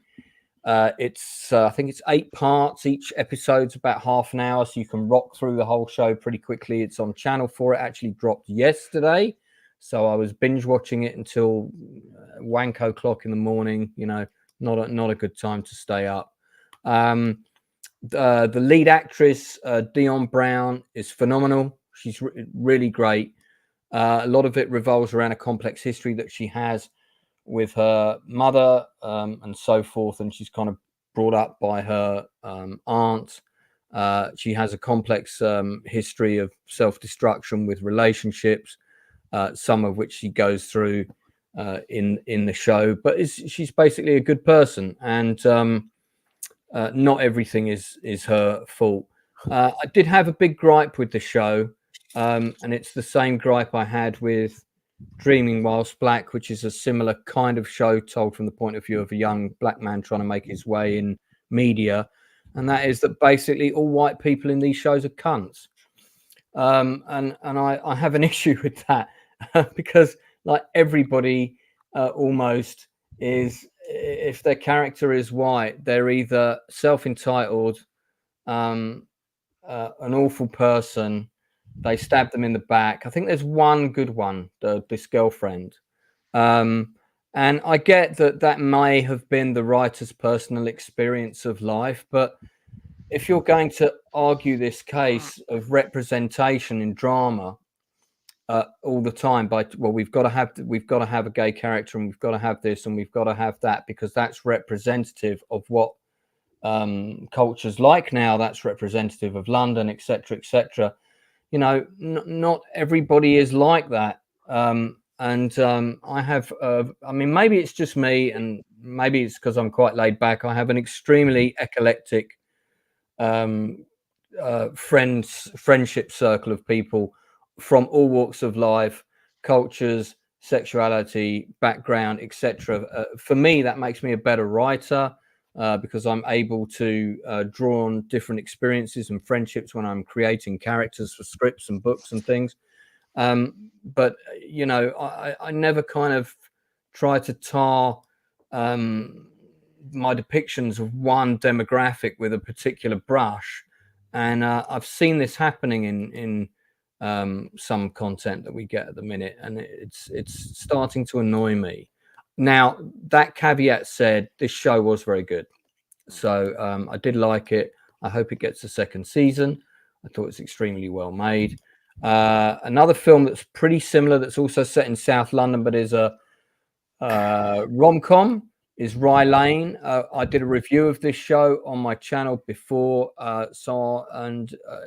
Stupenzo's just watched it. So I'll hand over to him. Yeah, my buddy. So I wanted to talk about 2 movies that were very similar and very different, and I liked them both. I liked them both for different reasons. We'll talk about this one first, but yeah, my buddy Jamie recommended this to me, and I checked it out. And yeah, it's one of these. Both of these movies I'm going to talk about, they both have. They're both low budget indie films. Auteur, writer, directors, great actors from a small cast, smaller film. Great, romance, romance comedy. This movie was very energetic, very well directed. A lot of movies do not utilize CinemaScope extra widescreen properly. It comes off as a bit pretentious. And basically, people film things in CinemaScope because it makes the movie look more cinematic. But usually what they do is they'll frame most shots like this, where everything is in the center and all the stuff on the sides is like useless information. So that way, when they do the pan and scan version or a crop version, you won't lose too much information. But this movie does a great job. Like, there's a lot of blocking. And this is like a new thing that I'm obsessed about, is when movies do they rehearse blocking. They have complicated stuff. They have shots. They have interesting background stuff happening. That's all timed and it's all choreographed. Like, that kind of attention to detail. It's just extra. It's great. And also this anamorphic widescreen. It just looks awesome. And the characters were great. This was one of those movies where at the end of the movie, you're like yelling at the dude, like with your, kiss her. And then he kisses her and you're like, fuck yeah, dude. It's one of those great movies. It just makes you Makes you feel good inside. Appear. Look at that. And you know what's great is the Romulus, Alien Romulus trailer just dropped, and the little black guy from the trailer, it's the same kid. He's and it's like I just saw this movie the other day. That's him on the toilet. Yeah, he's this movie from the very get-go. It's definitely a these two just meet and just hit it off right off the bat. It's very, very fun. And I recommend it. This is gender neutral toilets in action. This is how people. Well, that's the other thing. This movie had no pandering. It's a total black cast. They don't really obsess about it. Like the white people aren't shitheads. In fact, what's his name? Colin Firth. Yeah, he has a random dialogue-less cameo, like as a hot dog guy or something. It's fun. And there's no they bring up some Jamaican stuff at one point, but it's like they hardly bring up the fact that anyone's black for any reason. It doesn't matter. The movie talks about karaoke, which I love. It's always a great activity for the blossoming romances. This gag on screen now is really funny. I don't want to tell people. Very Edgar Wright-ish with humor that is more than just people saying funny ad-lib shit in front of camera. What is this again? Rye Lane. It's good. I recommend it. How do I spell very that? Very charming romance from Britain, London. Rye Lane. Rye Lane. Okay. Rye Lane. Like rye bread. Like rye bread. Okay. Rye Lane is apparently some kind of district or area of London, if I'm not mistaken. Apparently, there's a new Romulus trailer out. I do not want to watch it. I don't want to see anything. You know else what? about the film. Lance, it's actually a good trailer. No, I've heard it's a good trailer, but I just don't want to know. I don't want to see anything. I want to see the shots for the first time in the cinema. I don't want to see. Well, okay. So the other movie I want to kind of recommend in tangent with these two would make a great double feature. It's called Sometimes I Think About Dying. Yeah. And this movie I watched on a whim. Now, this is a very different movie. This is not one of those pump your fist in the air, kiss her type movies. This is about Daisy Ridley doing a really subdued and very subtle and very nuanced performance. And it's about an office romance. And it's basically, I don't know, it's one of those movies that kind of accentuates tedium. It kind of purposely creates a boring atmosphere because it's like this work environment. So it's one of those movies that you could argue is boring. It's not a lot happens, but it's one of those things where if you read between the lines here and obviously Daisy really has a great performance.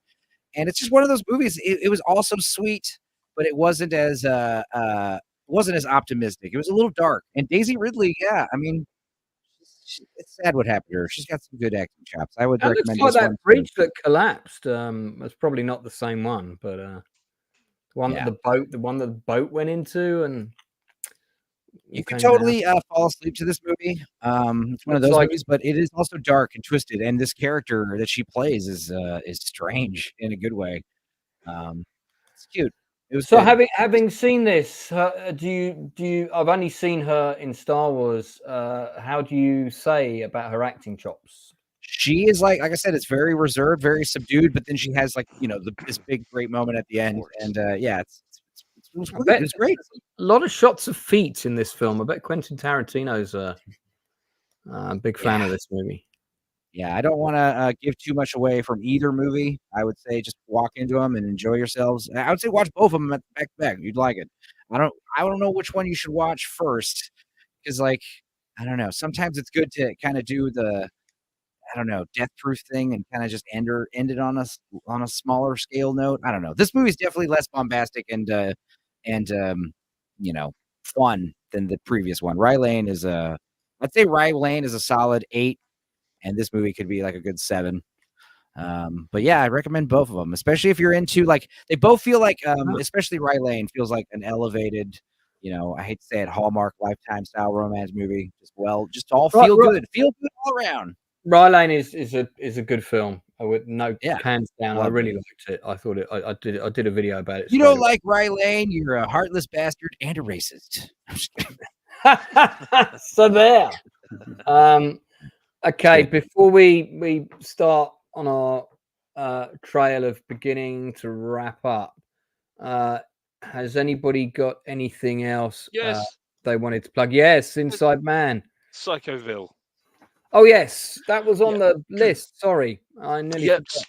Yeah, Psychoville. Another one of Reece Shearsmith's and Steve Pemberton's shows from Inside Number 9 and The League of Gentlemen.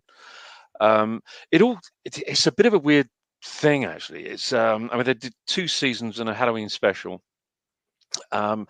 And it all starts with a mysterious letter. So this mysterious letter gets sent to a number of people, and on this mysterious letter it says, "I know what you did."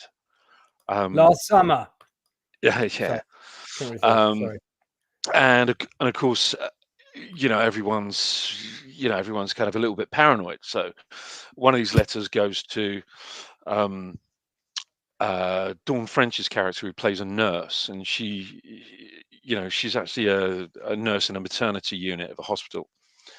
And of course, she has this little doll called Freddie that she actually does take home, and she feeds it like it's her own little baby. I mean, she does actually talk to it, and she believes that it's alive. You've got another one of the lead characters who he's obsessed with finding these, completing this collection of these little beanie toys. So he's got this huge vault. So he's completely blind. His eyes have been gouged out, and he's got this vault in this huge mansion, and it's full of hundreds of thousands of these little beanie toys that he's taken decades to collect. I know it sounds really odd, but it's very, very dark. It's very twisted. A lot of homage to a lot of horror, especially Hitchcock. And there's a great episode that's done all in one shot that features Mark Gatiss and 2 of the other characters, David Sauerbuck and his mother, Maureen. I mean, I don't really want to say too much, but it's absolutely fucking brilliant. It's amazing. If you like your comedy really, really dark and really, really twisted, and you like a little bit of intrigue, yeah, you'll love it. And this is sounds like definitely it would fit right in with this panel. I mean, I can tell you now that see, I know that Northern's seen it, and I know his opinion of it. And it is great, isn't it? Plus, Reece Shearsmith is a Hull lad like me as well. He's, yeah. I don't live too far from where he lived, to be honest. Vex, just in case you're not aware, this is an accurate depiction of the women from up north. They're only 20 years old there as well. Yeah, that's Saturday night bar tending. That's really disappointing. I feel really bad for you guys, but I'm all right. They're the hot ones in Hull. Yeah, I mean it's got quite a few people in it that I know. Funnily enough, Daniel Kaluuya, of course. I'm a big fan of Daisy Haggard. I really like her. I think she's a good actress. Yeah, very good. And she's got her own show now, of course, as well. Elizabeth Barrington, I've met. So that's an interesting shot. Yeah. But you have this character, Mr. Jelly, who's a kind of a party clown, so he's a clown for hire for kids' parties, and he's got a hook hand because his rival, Mr. Jolly, has actually cut his hand off. So he goes to these kids' parties with this sort of hook hand. But it really is very, very dark. And this used to be on Channel 4, or where did this? No, this is BBC 2. BBC 2. Yeah. I don't remember it when it came out. Yeah. And yeah, it was one of those things that when my kids were quite young, we'd all kind of sit there and watch it, and it's very dark, a little bit disturbing in some places, but a couple of the characters do follow over to one of the seasons of Inside Number 9. Right. So it's in the same world. Yeah, so it's kind of in the same universe. But yeah, it really. I mean, I would say that this is definitely Enzo's thing. I can guarantee him of that. I know this would really kind of this would brighten up his day, seeing something as dark and twisted as this. Enzo, it'd be great if you Enzo, you should grab this still and then put Vex's face here. And then, maybe your face here. That would be good. And then Inside Man can be pushing the car here. I'll check it out for sure. You had yours. me at super dark comedy. Don't worry. I was going to check it out anyway. It's really good, mate. Okay. Yeah, I've never seen it, but it does sound like something that would appeal. So if you've seen The League of Gentlemen, you'll know what to expect from here. I have. Yeah. I'm not a fan of that, actually. Oh, it's great. I love it. I know a lot of people really like it. It just wasn't for me. Are you local? God. It's a local job for local people. We'll have no trouble in here. Yeah, everyone's a bloody nutcase. It's just, it's like this League of Gentlemen is just very bloody disturbing, but you do sort of feel sorry for a lot of the characters as well. They're very tragic and very twisted, and they really feel like real people as well. Yeah.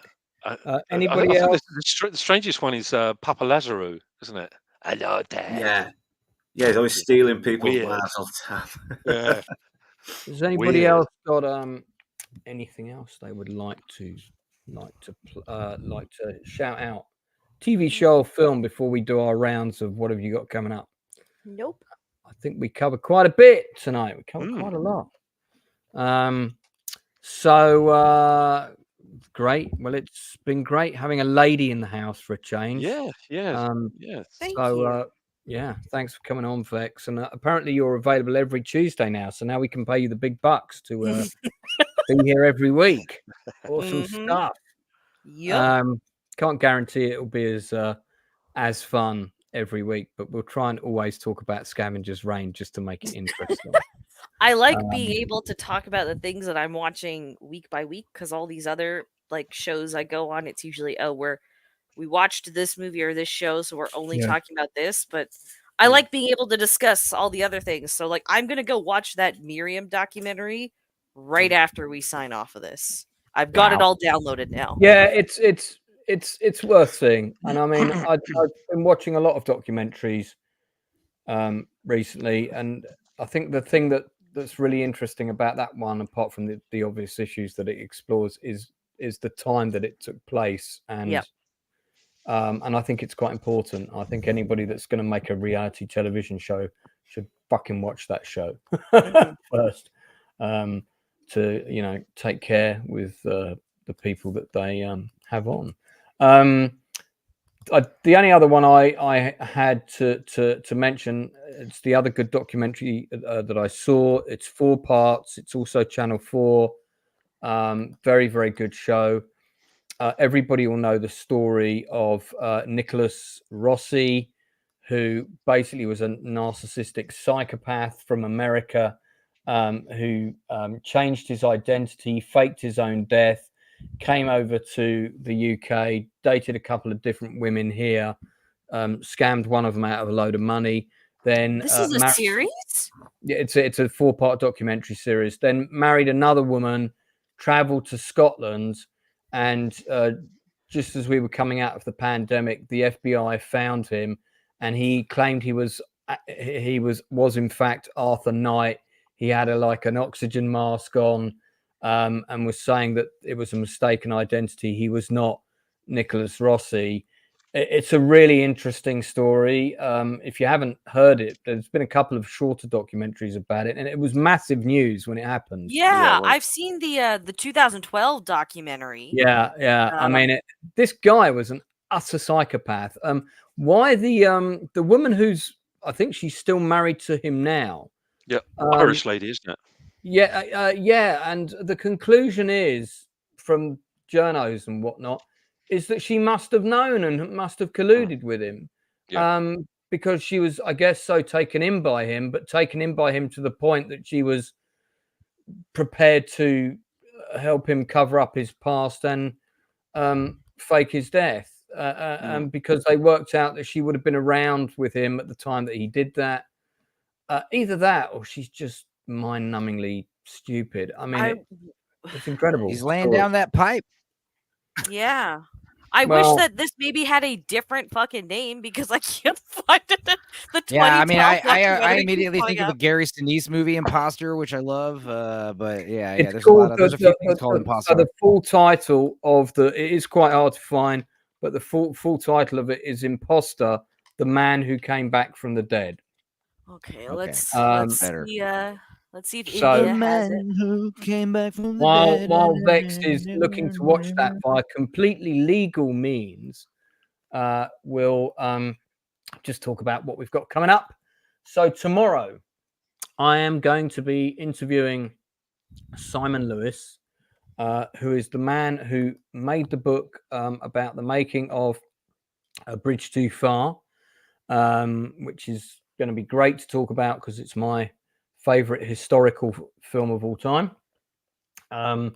So he is coming on the channel to chat about that, and we'll be getting into the film. Inside Man is co-hosting with me. That is tomorrow night at 8 p.m. UK time. While we've been on air, I've just confirmed that on the 19th of June, actress, producer, and director Nikki Marshall is going to be coming on, and I think I'm going to have to do that at 11:30, quite late because she's on Los Angeles time. So I'm going to have to, I'm going to have to sort of work around her schedule as I always do with my guests, of course.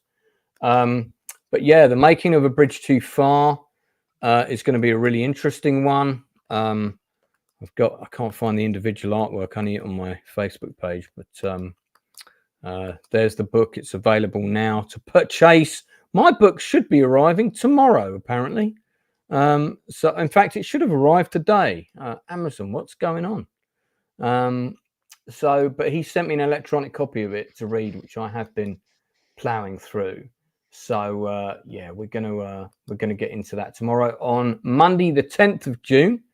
Next week, I've got independent film director James Boosh coming on, who, among other things, wrote and directed the Predator fan film Predator Dark Ages, which has got 15 million views on YouTube. Shame that they can't be monetized, however. Wait, what is it called? I've never heard of this. Predator Dark Ages. It was it was the first Predator fan film to be made, and it was that's how I met James. I actually promoted his crowdfunding campaign on my old YouTube blog, and the whole film is on. Let me find it for you. The whole film is on YouTube, and it's basically it's a Predator movie set in the Dark Ages, medieval England. About 27 minutes long, 36. That's the one, and they crowdfunded it.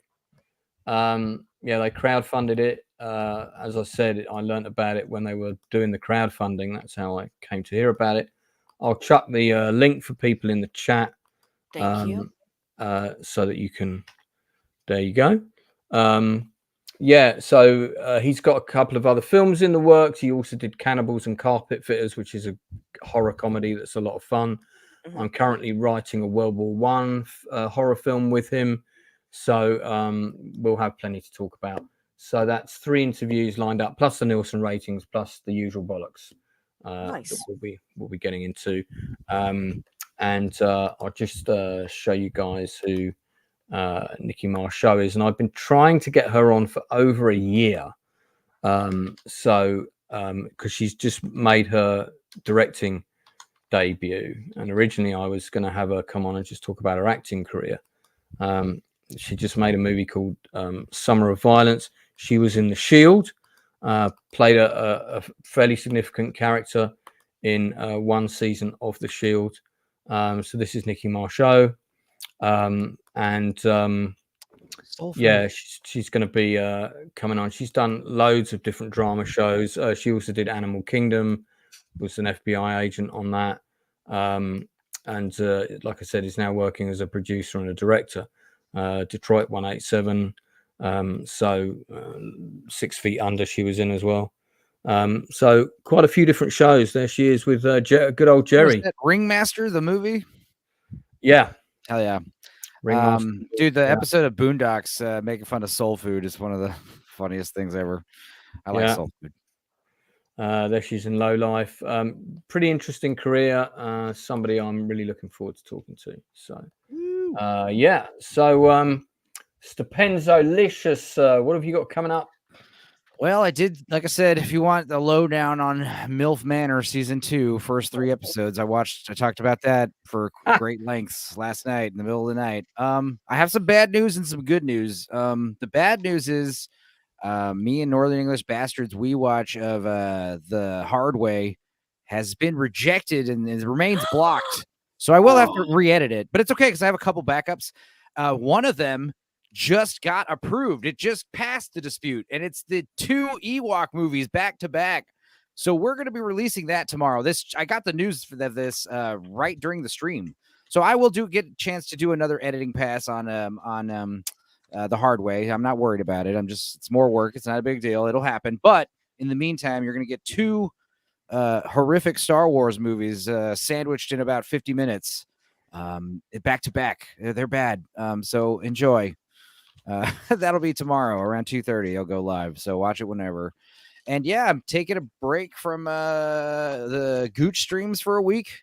So Tuesday, Wednesday, Thursday, wide open. Saturday, Friday, Sunday. Yeah, I mean, I might do some karaoke this weekend. Nothing crazy, but you might go out and do some real things. Yes, I do that. I do that pretty often.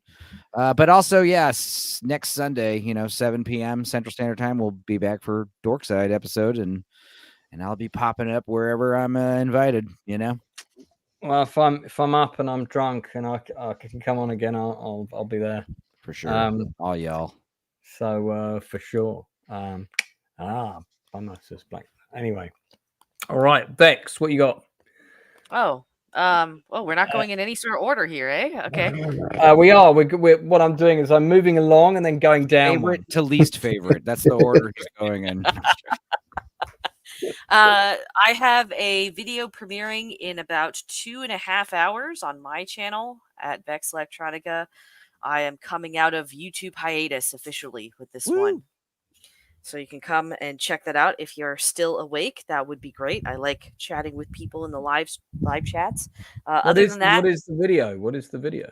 So everyone's been popping out Furiosa reviews, but instead I am discussing why Furiosa specifically is a bad Fury Road prequel. So I went down a deep fucking rabbit hole for this one, and it was glorious. So yeah, you can different perspective, right? That everyone just saying it's woke. Most of the discourse that that we're starting to notice now, the discourse, Black Lives Matter, I've noticed it. Other people are noticing it. It's just like the discourse is all about the box office and the budget and the money, the financials, the business side of it. Nobody's talking about the actual content of the art, which is this is really what I want to hear. I was trying to go that way on BSUP yesterday, but like. You know what it is? It's one of those films where it's like, there's something wrong with it, but you can't quite articulate it. I feel like that's the reason why people are saying they're just deflecting to the box office instead. Whereas I do not discuss the box office whatsoever.